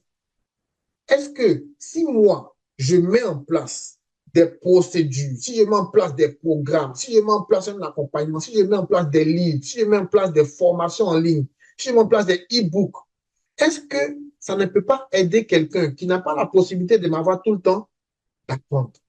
Je pense que si. Parce qu'à l'époque, si quelqu'un m'avait dit, mais Joe, petit, le truc là, voici ce que tu dois faire. Non, mais ici, là, tu es allé comme ça, est-ce que tu as signé un contrat avec tes associés? Ici, là, vous partez faire un truc en France. Est-ce que derrière, tu as la capacité de production? Vous faites ça. Juste en me posant là, est-ce que j'allais revenir en arrière, rembobiner, puis me dire, Joe, les gars, je pense que l'idée d'aller en France pour faire la publicité là, c'est pas encore le moment. Juste ça. C'est pour ça qu'on dit que la connaissance affranchit, la connaissance libère. Mais l'ignorance te met dans un gouffre. Parce que si vous connaissez la vérité vous affranchira. Si vous ne connaissez pas la vérité, le flou vous emprisonnera. C'est comme ça, non, coach? C'est ça. C'est jour et nuit. C'est comme ça. Et donc, du coup, quand tu vas passer ambition, quand tu vas commencer à clarifier ton projet, tu vas faire la différence entre ton modèle économique, ta vision, ta passion, ta technicité. Tu vas faire une analyse de voilà ce que je veux devenir. Est-ce que j'en ai les armes? Est-ce que aujourd'hui, là, en temps normal, tu peux dire que tu peux diriger une multinationale, mais tu n'as jamais travaillé dans une multinationale. Tu ne sais même pas envoyer un mail. Tu es sur Facebook, tu communiques, les gens rigolent, c'est bien. Mais toi, tu dis non, okay, comme les gens me suivent là, il n'y a qu'une multinationale. Et tu te rends compte que là, maintenant, tu lances ton truc de multinationale parce que peut-être tu as quelqu'un qui t'a financé, mais après, tu te retrouves comme un escargot sur l'autoroute du Nord. Tu ne sais pas si tu vas avancer ou si tu vas reculer. Les voitures viennent à grande vitesse. Et ça, c'est ce que beaucoup de personnes vivent. J'ai eu un peu d'argent, je vais ouvrir une boutique, je vais ouvrir Spa, 60 millions. 3 mois après, le Spa ne marche pas. Les vendeuses sont désagréables. Finalement, tu as perdu tes 1, 2, 3 clients que tu as eu. Tu es sous les dettes, tu dois rembourser des crédits, tu es endetté. Plein de problèmes dans la famille et tout, et tout, et tout. Et là, maintenant, tu cherches un coach. Un coach, vraiment, il a mis tout mon argent dans un truc là, je n'ai pas les moyens de payer. Tu n'as pas les moyens de payer, mais il faut payer les livres. Il faut payer les livres parce que l'ignorance tue. L'ignorance coûte cher. Donc, si tu as pris du temps pour être au sommet de la valorisation du savoir, il faut comprendre que ceux que coach Yann a appelés sont des personnes qui pratiquent, avec qui travaillent ou bien qu'il a vu dans leur fonctionnement. Et ça, c'est vraiment quelque chose qui est important. Maintenant, quand toi, tu le sais, il faut que tu arrives à piocher dans tout ça là qui marche bien avec ton niveau auquel tu es. Est-ce que tu es au niveau où tu es perdu dans tes idées? Essaie de trouver ton couloir. Est-ce que tu as trouvé ton couloir? Tu t'es lancé, mais là, tu veux scaler, tu veux passer à une autre étape. Il y a un coach qui est sûrement appelé à t'aider dans ce domaine. Donc, le troisième pilier pour aller très vite, je ne sais pas s'ils sont encore dans le temps, le troisième pilier, c'est l'ambition. L'ambition prend en compte la planification. Aujourd'hui, si je te demande, à toi qui me suis, qu'est-ce que tu fais en avril 2025? Qu'est-ce que tu feras en décembre 2025? En mars 2026, c'est à quel niveau de ton projet? Tu penses que les gens qui n'ont pas, qui ne connaissent pas? Si. Moi, j'accompagne des personnes qui ont des projets jusqu'à 2027. Quand je dis des projets jusqu'à 2027, là, ils ont planifié. Et ce n'est pas une planification. Souvent, quand on demande aux gens, j'ai envie d'avoir une multinationale, faire 70 millions par mois, tout, tout, tout. Mais en fait, tu es à quel niveau actuellement? Faut être réaliste, en fait. Tu es à quel niveau actuellement? Est-ce que tu as le niveau? Est-ce que toi-même, tu penses que, afin de créer une boîte, ouvrir une boutique, tout ça, est-ce que tu penses que tu as les compétences? Tu n'as jamais travaillé en entreprise, tu n'as jamais travaillé dans une boutique. Quand tu vas mettre, on va mettre ça dans le panier vision, tu vas aller maintenant sur des objectifs. Donc, tu vas séquencier tes objectifs. Objectifs financiers, objectifs quantitatifs, objectifs qualitatifs. Tu fait ton analyse SWOT, force, non, FF, menace, opportunité, MO. FFMO, force, faiblesse, menace et opportunité. Est-ce que ce dans quoi tu veux te lancer là, est-ce que tu sais dans 5 ans comment ça sert? Donc, c'est ce travail-là qu'on fait pour clarifier ton ambition, pour clarifier, pour définir où tu seras. Parce que ce n'est pas un hasard. On ne vit pas par hasard. En fait, l'école nous a tellement appris des choses qui ne sont pas forcément utiles. On nous apprend à raisonner, mais ce n'est pas pratique. Donc, on est un peu, donc on se fie à des types, mais un peu farfelu et tout. Mais en vrai, on se retrouve devant la réalité.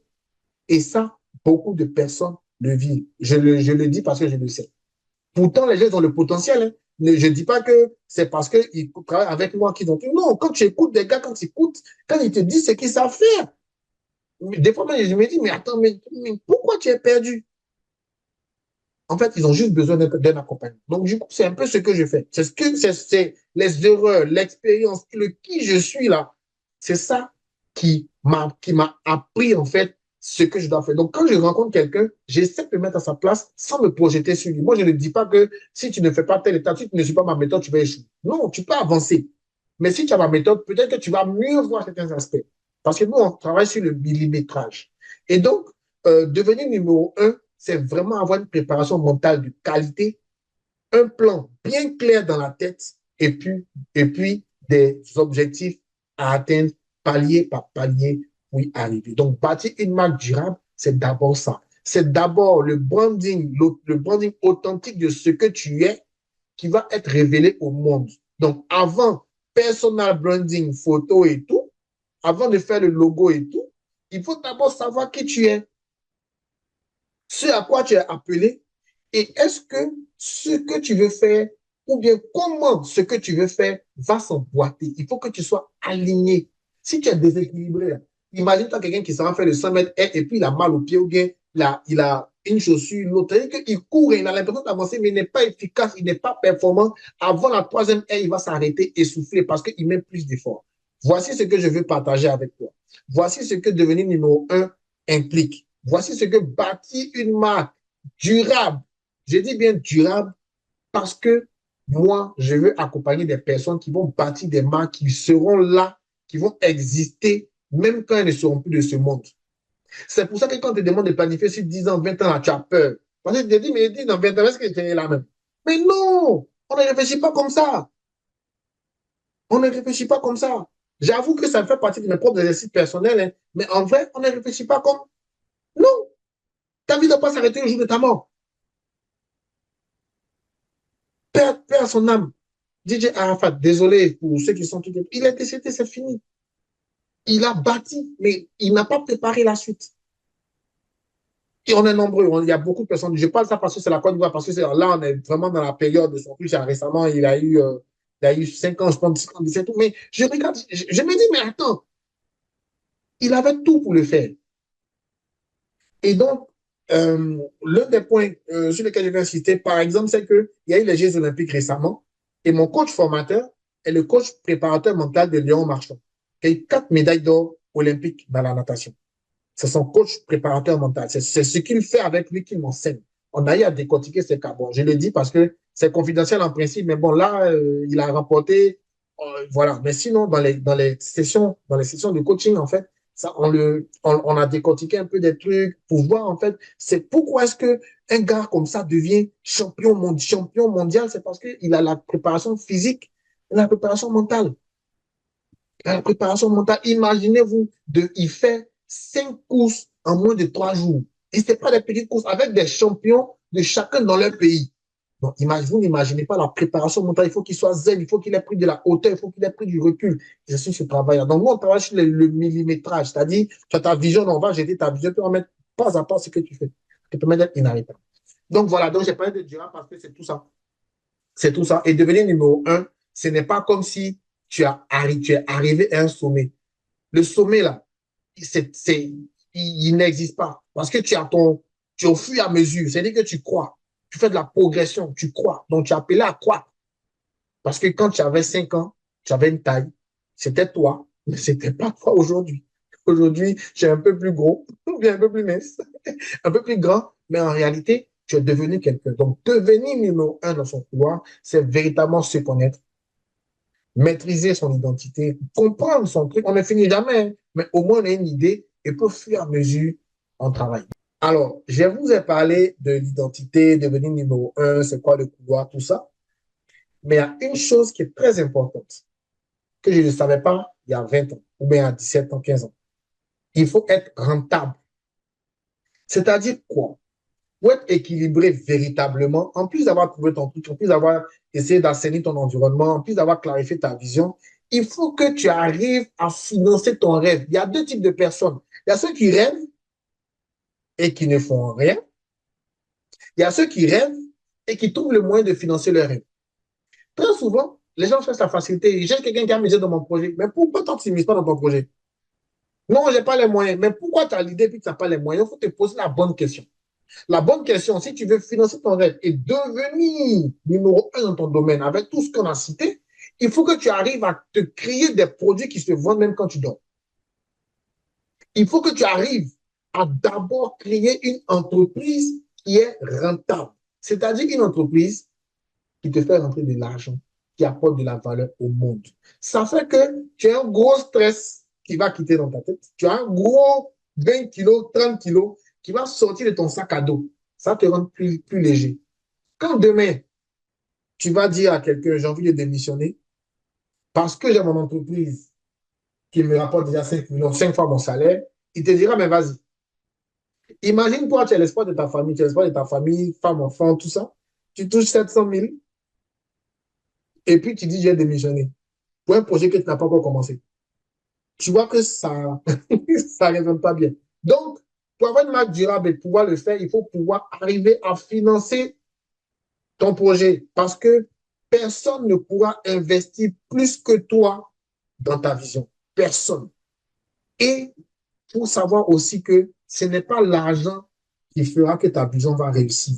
C'est toi-même. C'est ce que tu auras mis. C'est le facteur maîtrisé là qui va faire que tu vas inspirer confiance, tu vas attirer des investisseurs, tu vas attirer l'argent et tu vas mettre en place un système. Je pense que Yann Patrick est bien passé pour vous expliquer tout ça. Moi, j'ai été ravi de pouvoir le faire. Je suis Marc Arthur Kouassi. J'ai 40 ans bientôt. Je suis très content de le dire parce que dans 2 mois, je vais 40 ans. Je suis entrepreneur depuis petit et je me suis rendu compte que j'ai toujours été inspiré par Roger Fizos-Cassi, qui a été un tremplin par lequel des stars mondiales interplanétaires sont sorties à partir de la Côte d'Ivoire.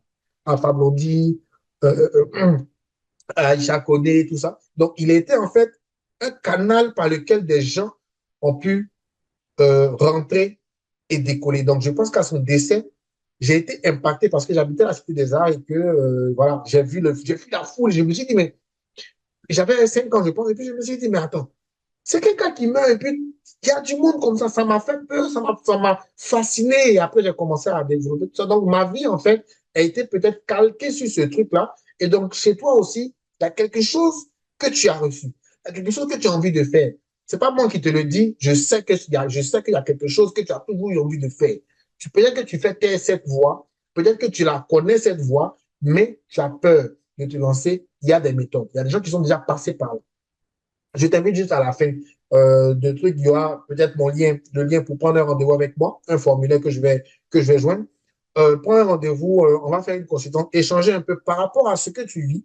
Et à partir de là, je te dirai si je peux t'aider ou bien ce que je sais qui peut te donner un coup de pouce et te permettre de devenir numéro un dans ton couloir. Donc voilà, il y a aussi le volet qu'il ne faut pas oublier, le volet mindset et spirituel, parce que si tu veux bâtir une marque durable, bien entendu, tu ne pourras pas faire autrement que bâtir sur le roc. Bâtir sur le roc. Merci. Wow! Merci beaucoup, MacArthur, pour cette conférence de ouf. C'est ouf. On est un sommet, on va s'amuser. Ah oui. C'est Donc, bon, moi, comment tu trouves? j'étais en train de prendre des notes là.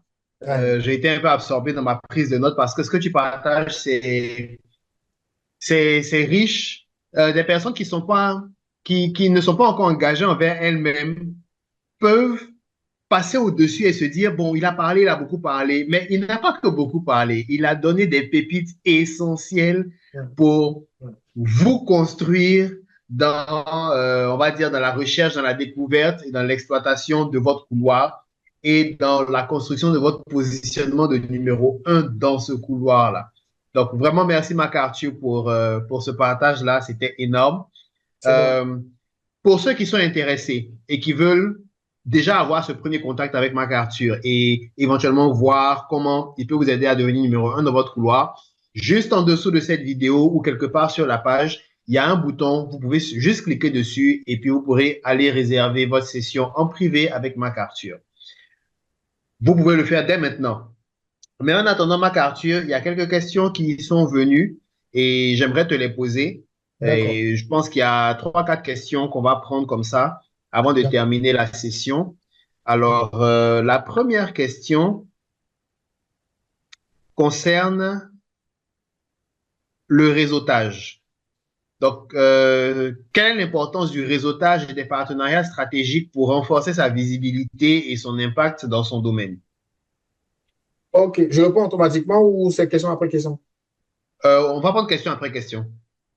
Donc, je réponds. C'est ça. Ok, ok, d'accord. Donc, comme j'ai dit, j'ai parlé du pilier environnement. Le réseautage, c'est ça. Le réseautage, c'est vraiment, en fait, essentiel pour pouvoir construire sa marque. Sa marque, en fait, une fois qu'elle est déterminée, une fois qu'elle est identifiée, il faut qu'elle croisse dans un environnement favorable. Donc, tout ce qui est favorable, c'est tout ce qui suscite un pas en avant. Donc, un partenariat stratégique est censé être favorable. Tu ne peux pas faire un partenariat stratégique avec une entité qui va te mettre en retard. Tu ne peux pas être dans un partenariat stratégique avec quelqu'un qui va te bouffer de l'énergie plutôt que de t'aider. Tu ne peux pas être dans un partenariat stratégique qui est négatif pour ta vision, pour ta marque.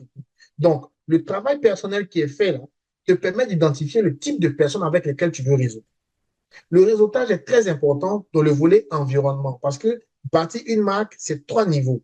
Le premier niveau, c'est vraiment la rentabilité et la question du rapport qualité-prix. Donc, les premiers partenaires stratégiques que tu as développés, si tu es en lancement de ta marque, c'est tous ceux qui vont t'aider à avoir le meilleur rapport qualité-prix. Partenaire fournisseur, partenaire, je sais pas, partenaire production, partenaire livraison logistique, des trucs comme ça. D'accord? Beaucoup de personnes sont pressées pour d'abord avoir des partenaires communication sans maîtriser d'abord même le plan de croissance et de développement de son entreprise. Et ça, c'est parfois dangereux. C'est important de pouvoir identifier aussi dans son environnement, l'environnement connu qui est proche, le réseau personnel, savoir qui fait quoi. Parce que la réalité, je me suis rendu compte même dans des groupes d'enfance dans un groupe d'amis d'enfance, on a initié un truc récemment et chacun parlait de son métier.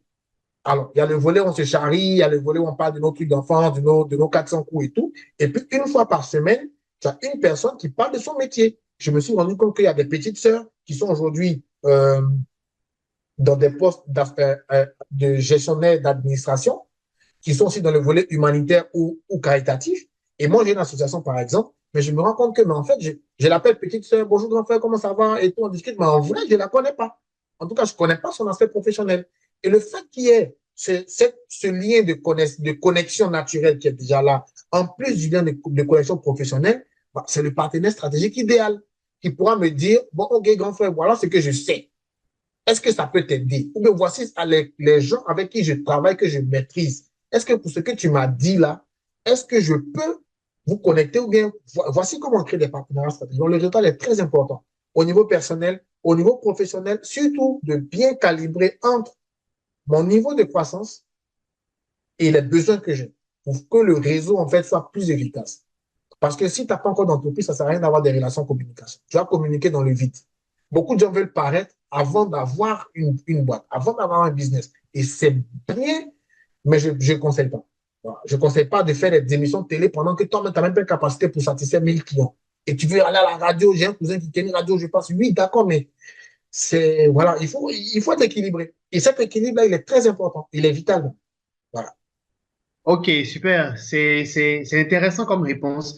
Ça me donne envie d'ajouter, si tu permets, Ouais. il y a aussi je dis toujours aux clients avec qui je travaille, que ce soit en entreprise ou pour des projets, des entrepreneurs individuels, je dis toujours que en affaires, ce sont toujours des personnes qui travaillent avec des personnes. C'est toujours une relation humaine qui se crée, qui se tisse et qui sert de fondement à toutes les activités économiques qu'on veut développer derrière. Même quand on parle d'entreprise à entreprise, ce sont des personnes dans l'entreprise qui interagissent. Et vu que ce sont des personnes qui interagissent, pour qu'il y ait des atomes crochus, il faut qu'il y ait des valeurs partagées. Donc, c'est vrai qu'il y a l'aspect, il faut voir à quel niveau je suis dans ma marque et tout, mais il y a le volet valeurs humaines. Est-ce que la personne ou l'entreprise ou l'entité que j'ai en face partage les mêmes valeurs que moi? Parce Exact. que il peut être d'un point de vue technique, le partenaire idéal qui va venir au moment idéal pour moi et tout, partenaire idéal d'un point de vue technique, Technique. mais d'un point de vue valeur humaine, d'un point de vue Éthique, valeur professionnelle, c'est pas éthique ça et du tout. tout. C'est ça. C'est ça. Merci. Donc, Merci d'avoir. voilà, quand l'éthique n'y est pas, c'est vraiment, vraiment compliqué. Donc, c'est juste ce petit truc-là que je voulais ajouter à ta réponse qui est juste génial.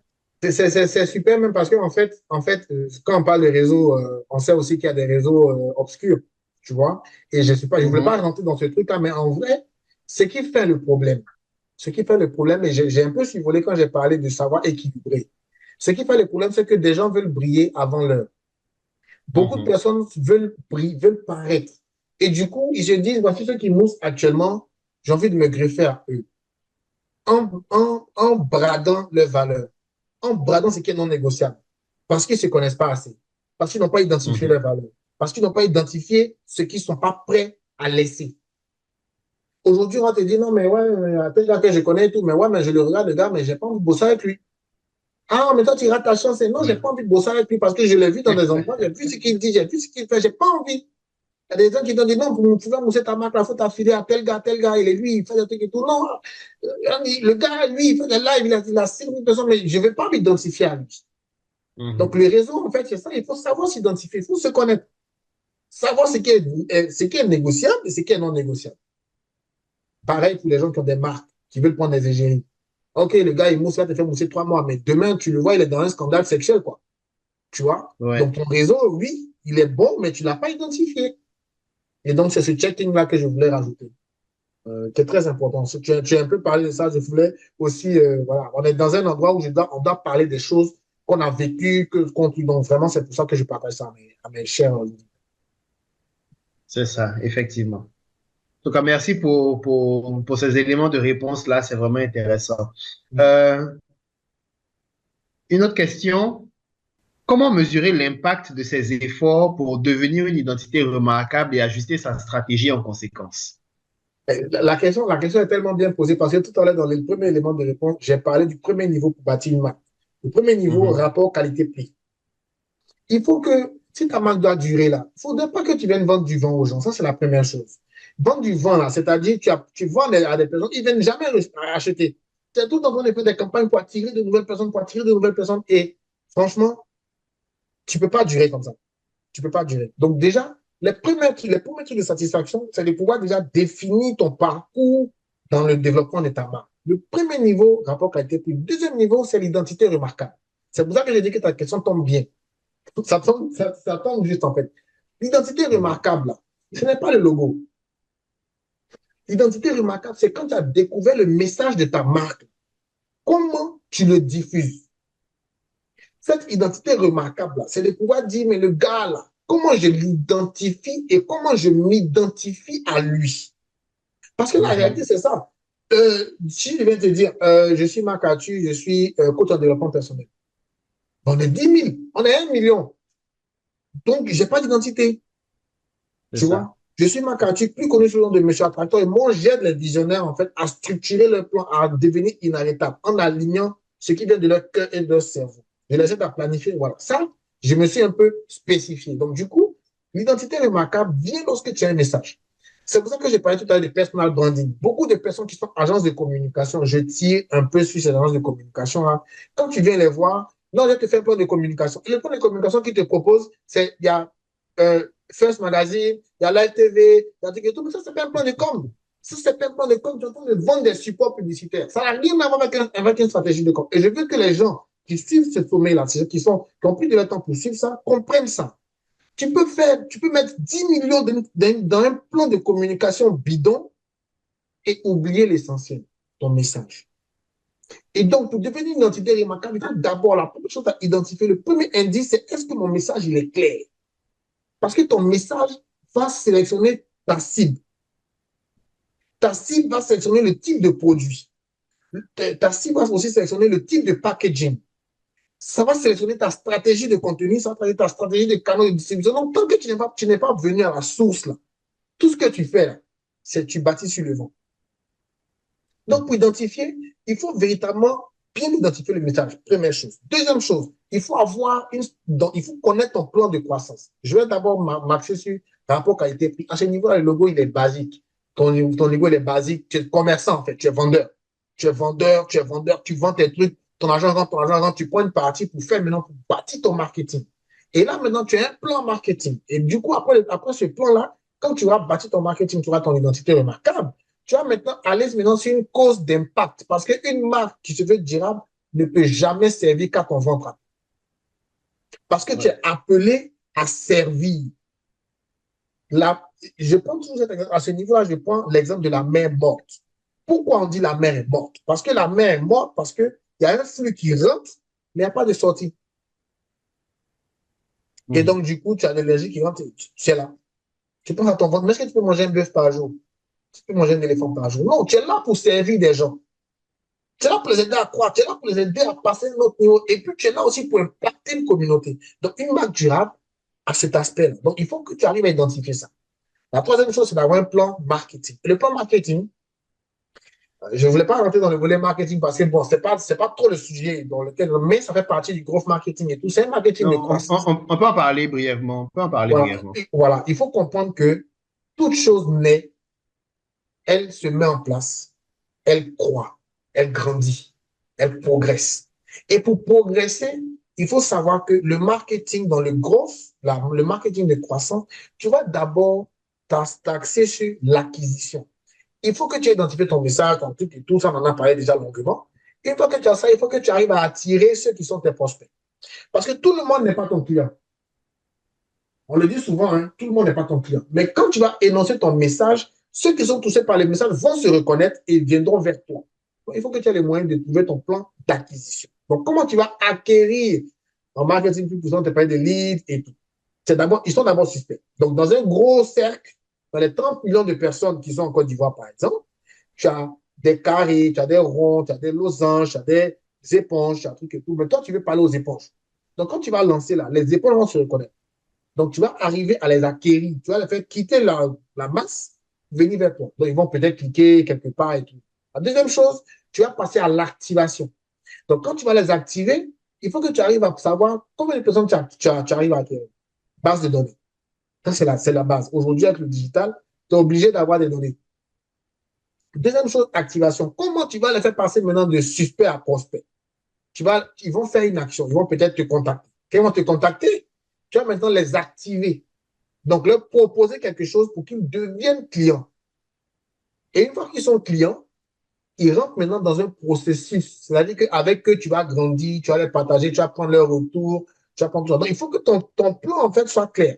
Après, il y a d'autres techniques, hein, mais bon, pour le basique, c'est ça. Acquérir, activer, fidéliser. Les trois choses, déjà, ce sont les leviers sur lesquels toute entreprise qui va croître, toute marque qui va durer, va se positionner, va se baser pour véritablement identifier si elle croit et comment est-ce qu'elle peut, comment est-ce qu'elle peut resserrer les différents endroits qu'il faut. Voilà. Super. Merci beaucoup pour la réponse. Là, sur le coup, on va dire, j'ai rien à redire. Je sais qu'on Euh, se comprend bien. J'espère qu'on a été un peu, voilà, on était plus simple, le plus simple possible, mais c'est ça. C'est ça. oui, je pense que ça a été simple quand même. Et puis surtout aussi qu'il y a d'autres sessions qui vont aborder ces questions-là un Aborder peu plus plus en en détail. profondeur. Ouais, Donc voilà, je pense que l'un ouais, dans l'autre, on est bon. ouais. Voilà. Je pense que là, on part pour la dernière question. Donc, quel conseil donnerais-tu à quelqu'un qui souhaite réorienter sa carrière pour devenir une figure de proue dans un tout nouveau domaine? La personne est salariée ou pas? Bon, Bon, enfin, peu disons, on va importe, il y a prendre des un cas. personnes qui sont salariées. Je n'ai pas de précision sur cette question-là. D'accord, ben, ok, donc on va prendre un cas. On va prendre un cas. Le cas qui est majeur, tu en as parlé même, tu en as parlé. Si quelqu'un me demande, ah, mais tu as démissionné du festival de grève pour aller te mettre dans la start-up, est-ce que c'était facile? Est-ce qu'il faut le faire? Est-ce que tu le recommandes? Personnellement, je te dirais non. Justement parce que j'avais pas la curiosité guidée par la passion. En vrai, une fois que la personne, on va sentir ce besoin de se réorienter, la personne doit préparer sa nouvelle vie. Voilà. C'est comme ça que je te dis. Va préparer sa nouvelle vie. Et préparer sa nouvelle vie, qu'est-ce que c'est? Préparer sa nouvelle vie, c'est de s'assurer que la chose dans laquelle il veut se mettre, s'il doit être à plein temps, il doit commencer par petit bout. Pour être très pratique, quand un avion a duré en l'air, qu'il ait fait 45 minutes de vol, 6 heures, 8 heures, 10 heures, il ne va jamais atterrir comme ça. Si vous suivez bien la logique de la vie, un avion qui a duré en l'air et à la piste d'atterrissage, il va d'abord taper une fois, une deuxième fois, et ensuite atterrir et puis maîtriser jusqu'à la fin. Donc, du coup, si tu veux te baser, si tu veux te réorienter, il ne faut pas que tu te sans parachute. Il faut déjà préparer. Les gens disaient ça, je pensais que c'est de la règle. Il faut préparer ce que, en fait, il faut d'abord évaluer ce que tu coûtes, ce que ta vie te coûte. Mhm. Ce que ta vie te coûte. C'est-à-dire que ta vie coûte. C'est-à-dire que quand tu te réveilles le matin, à la fin du mois, tu coûtes, tu coûtes combien? Ah bon, moi, j'ai un loyer, j'ai une femme, j'ai 3 enfants, j'ai un projet. Ah ouais, moi, je coûte 5 millions par mois, hein. Donc, déjà, il faut te dire que quand tu vas vouloir te réorienter là, c'est pas une question de la passion.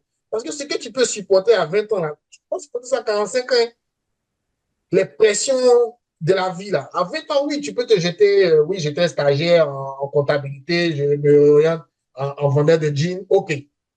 Mais projet de vie, carrière, bâti, revirer, je recommande de pouvoir déjà rentabiliser ou bien au moins identifier ce que tu coûtes à la vie, mais ce que la vie te coûte. Ensuite, mettre en place un plan progressif pour véritablement tester le terrain avec un échantillon. Un échantillon, ça dit que tu as ta vision, hein, mais tu vas la morceler pour revenir à la petite capsule que tu peux lancer sans trop. Vaut mieux tomber du premier étage que du 9e étage. Voilà. Vaut mieux tomber du premier, tu te casses un pied, ou bien tu te tords la cheville, 2 semaines, 3 semaines, c'est dans l'ordre. Mais tu te lances comme ça, tu vois, tu sautes. Ah non, frère, je recommande pas du tout. Et voilà, mais le plus important, c'est de faire cette introspection-là et d'être réaliste face à soi-même. Voilà, peut-être réaliste face à soi-même. Est-ce que tu peux se poser des questions? J'ai dit aussi qu'il y a des personnes négatives, mais ils ne sont pas forcément mauvais. C'est pour ça que je dis qu'il ne faut pas te dire, non, le gars il est négatif. Non, des fois, les questions qu'il te pose sont des questions qui t'emmène à réfléchir dans un autre sens. Il ne veut pas forcément te décourager, mais il veut t'emmener à réfléchir, à voir en fait, tu vois, d'un autre truc. Donc, il faut aussi équilibrer. C'est pour ça que je dis la vie est équilibre. La vie est équilibre, il faut pouvoir le faire et puis ensuite te lancer. Parce que tant que tu ne te lances pas, tu ne sauras pas. Donc, te lancer à petite échelle et puis pour ensuite faire grandir ça. Et quand tu sens que c'est le bon moment, là, tu fais le saut avec un bon parachute, voilà, avec un truc et tout, tu as prêté un peu le coussin au cas de problème. Voilà, c'est ce que je... Ok, super, merci. Donc, Yeah.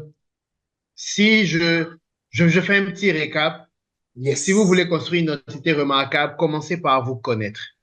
Yeah. Commencez par vous connaître. Si vous devez être numéro un dans votre couloir, vous devez vous connaître, savoir qui vous êtes, ce à quoi vous êtes appelé, quelle est votre vision, où est-ce que vous voulez aller avec tout ce que vous êtes et tout ce que vous avez dans votre tête, dans votre cœur.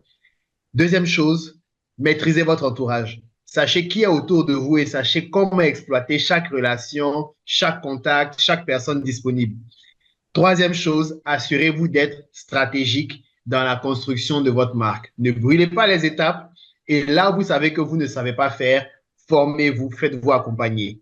Et enfin, soyez rentable. Assurez-vous d'être rentable. Et si vous êtes en reconversion, mais si vous pensez à quitter votre boulot parce que j'aime pas mon travail et tout, pause. Ne saute pas maintenant. Attends d'abord. Prépare-toi bien. Prends le temps de travailler soit avec MacArthur comme ton coach, soit avec moi ou avec l'un des experts de ce sommet pour asseoir les bases dont tu as besoin avant de basculer. Et à ce moment-là, quand tu vas basculer, ça va être la meilleure chose de ta vie. Tu en seras très fier. Tu pourras en parler à tout le monde. Donc, Exactement. sur ce, on est au bout de notre session du jour. Merci encore, MacArthur, pour tout ce que tu as partagé avec nous. C'est moi. C'est moi. C'est moi. Et moi, je rappelle que vous avez sous la vidéo un lien pour réserver une session en privé avec MacArthur Kwasi. Vous aurez l'occasion d'échanger avec lui sur toute sa stratégie et surtout sur vous, comment vous pouvez commencer à devenir numéro un dans votre couloir. Dernière question, c'est une question que je pose à tous les intervenants de ce sommet. Si tu devais, quels sont les 3 livres que tu recommanderais à nos participants de lire? Ah, très, très, très, très bonne question. J'ai déjà parlé du premier. Là, je le montre parce que ça, c'est mon ami. Voilà, ça, c'est mon ami. Devenir cerveau rentable parce que je m'intéresse beaucoup à la question du savoir. Alors, moi, je suis le type d'entrepreneur, voilà, beaucoup plus cérébral, mais aussi accompagnement. Voilà, je suis beaucoup dans les choses immatérielles qu'on doit matérialiser. Ça, c'est quelque chose qui m'intéresse. La deuxième chose, c'est qu'il y a mon livre qui sort bientôt qui s'appelle Devenir numéro un, justement, le tome 1. Il parle de la connexion profonde. Voilà, je vais dire ça comme ça. Il parle de la connexion profonde qui est basée sur des fondements, voilà, des fondements spirituels, tout ça, parce que il faut faire cette introspection pour véritablement toucher la profondeur. Et la troisième chose, c'est le messager millionnaire. Bon, il y a deux, trois, ils sont en truc. Il y a le messager millionnaire et puis il y a les secrets d'un esprit millionnaire. Donc, le messager millionnaire, c'est Brandon Bouchard qui parle en fait de messages de vie et pas de structuration. C'est vraiment le cousin de devenir rentable. C'est son cousin, mais en version américaine, mais un peu moins pratique, un peu pratique. Bon, je vais dire, voilà, vous comprenez. Donc, les deux sont devenir rentable et puis devenir cerveau rentable, c'est bon. Et puis, le troisième, c'est le secret d'un esprit millionnaire. Alors, celui-là, je le recommande parce que il faut dire que tout ce que je vous ai expliqué dans mon parcours, jamais je ne cherchais l'argent. Voilà, il faut le dire. L'argent venait, j'avoue que j'ai jamais eu de problème d'argent, mais je ne cherchais pas. Je n'ai pas bâti un système, en fait, qui me faisait rentrer de l'argent. Et ça, c'était une erreur. Donc, du coup, le fait de m'être intéressé à ces finances-là, bon, après, derrière, des livres de finances personnelles, que j'apprends, les trucs et tout, mais bon, voilà, ce livre aussi peut vous faire beaucoup de bien et ça peut être très, très, très intéressant. Super, merci beaucoup. Je Yes. rappelle donc que vous avez en dessous de cette vidéo un bouton pour prendre rendez-vous avec MacArthur et je pense aussi qu'il va nous laisser le lien pour soit les précommandes ou les commandes de son livre qui seront ou qui sont déjà disponibles au moment où Oui, vous c'est voyez cette sorti là, vidéo. c'est sorti le 15 là, c'est sorti le 15 août, c'est sorti le 15 août, donc du coup le lien sera en bas et c'est le livre. Donc Voilà, donc c'est le livre plus deux e-books, donc il y a le livre Devenir numéro un, le tome un, plus un e-book comment trouver son couloir, qui est beaucoup plus détaillé, c'est des questions d'introspection sur l'ikigai, tout ça, avec un parcours d'accompagnement. Et puis le troisième, c'est la méthode Attractor, qui est une méthode pour attirer, c'est-à-dire quand tu es une jeune entreprise, quand tu es une entreprise croissante, par quoi tu peux passer, comment faire un échantillon, tout ça, je vais faire ce e-book. Donc, c'est un pack qui va peut-être et sûrement accompagner, intéresser les personnes qui c'est vraiment 15 ans de parcours, j'ai essayé de condenser. C'est pas fini, il y a beaucoup de trucs que je vais mettre dedans, mais il faut qu'on s'arrête bien sûr sur un truc, mais bon, voilà. En tout cas, le lien est là, vous pouvez le commander, je me ferai plein plaisir d'échanger avec vous, de vous rencontrer personnellement, de discuter, voilà, de partager. Tout ce qui se partage se multiplie. c'est ça. Tout ce qui se partage se multiplie. Alors, assurez-vous, premièrement, de réserver votre session avec MacArthur Kwasi et deuxièmement, de commander votre package de livres parce il partage son savoir pour que ça se multiplie dans vos têtes, dans vos poches, dans vos vies et que vous soyez aussi heureux que nous sommes heureux, que vous soyez aussi épanouis et surtout, surtout, surtout, que vous puissiez transformer et rentabiliser votre vie. Sur ce, on est à la fin de cette session. Ça a été un plaisir d'être avec vous. Merci de nous avoir suivis. Merci, MacArthur, d'avoir été avec nous, d'avoir échangé avec nous. C'est moi. C'est moi. Je suis très content. Super. Merci. Ouais. Et je vous donne rendez-vous dans la prochaine session du sommet de la valorisation du savoir. C'était Yann Patrick, votre hôte. À très bientôt. Ciao. Ciao.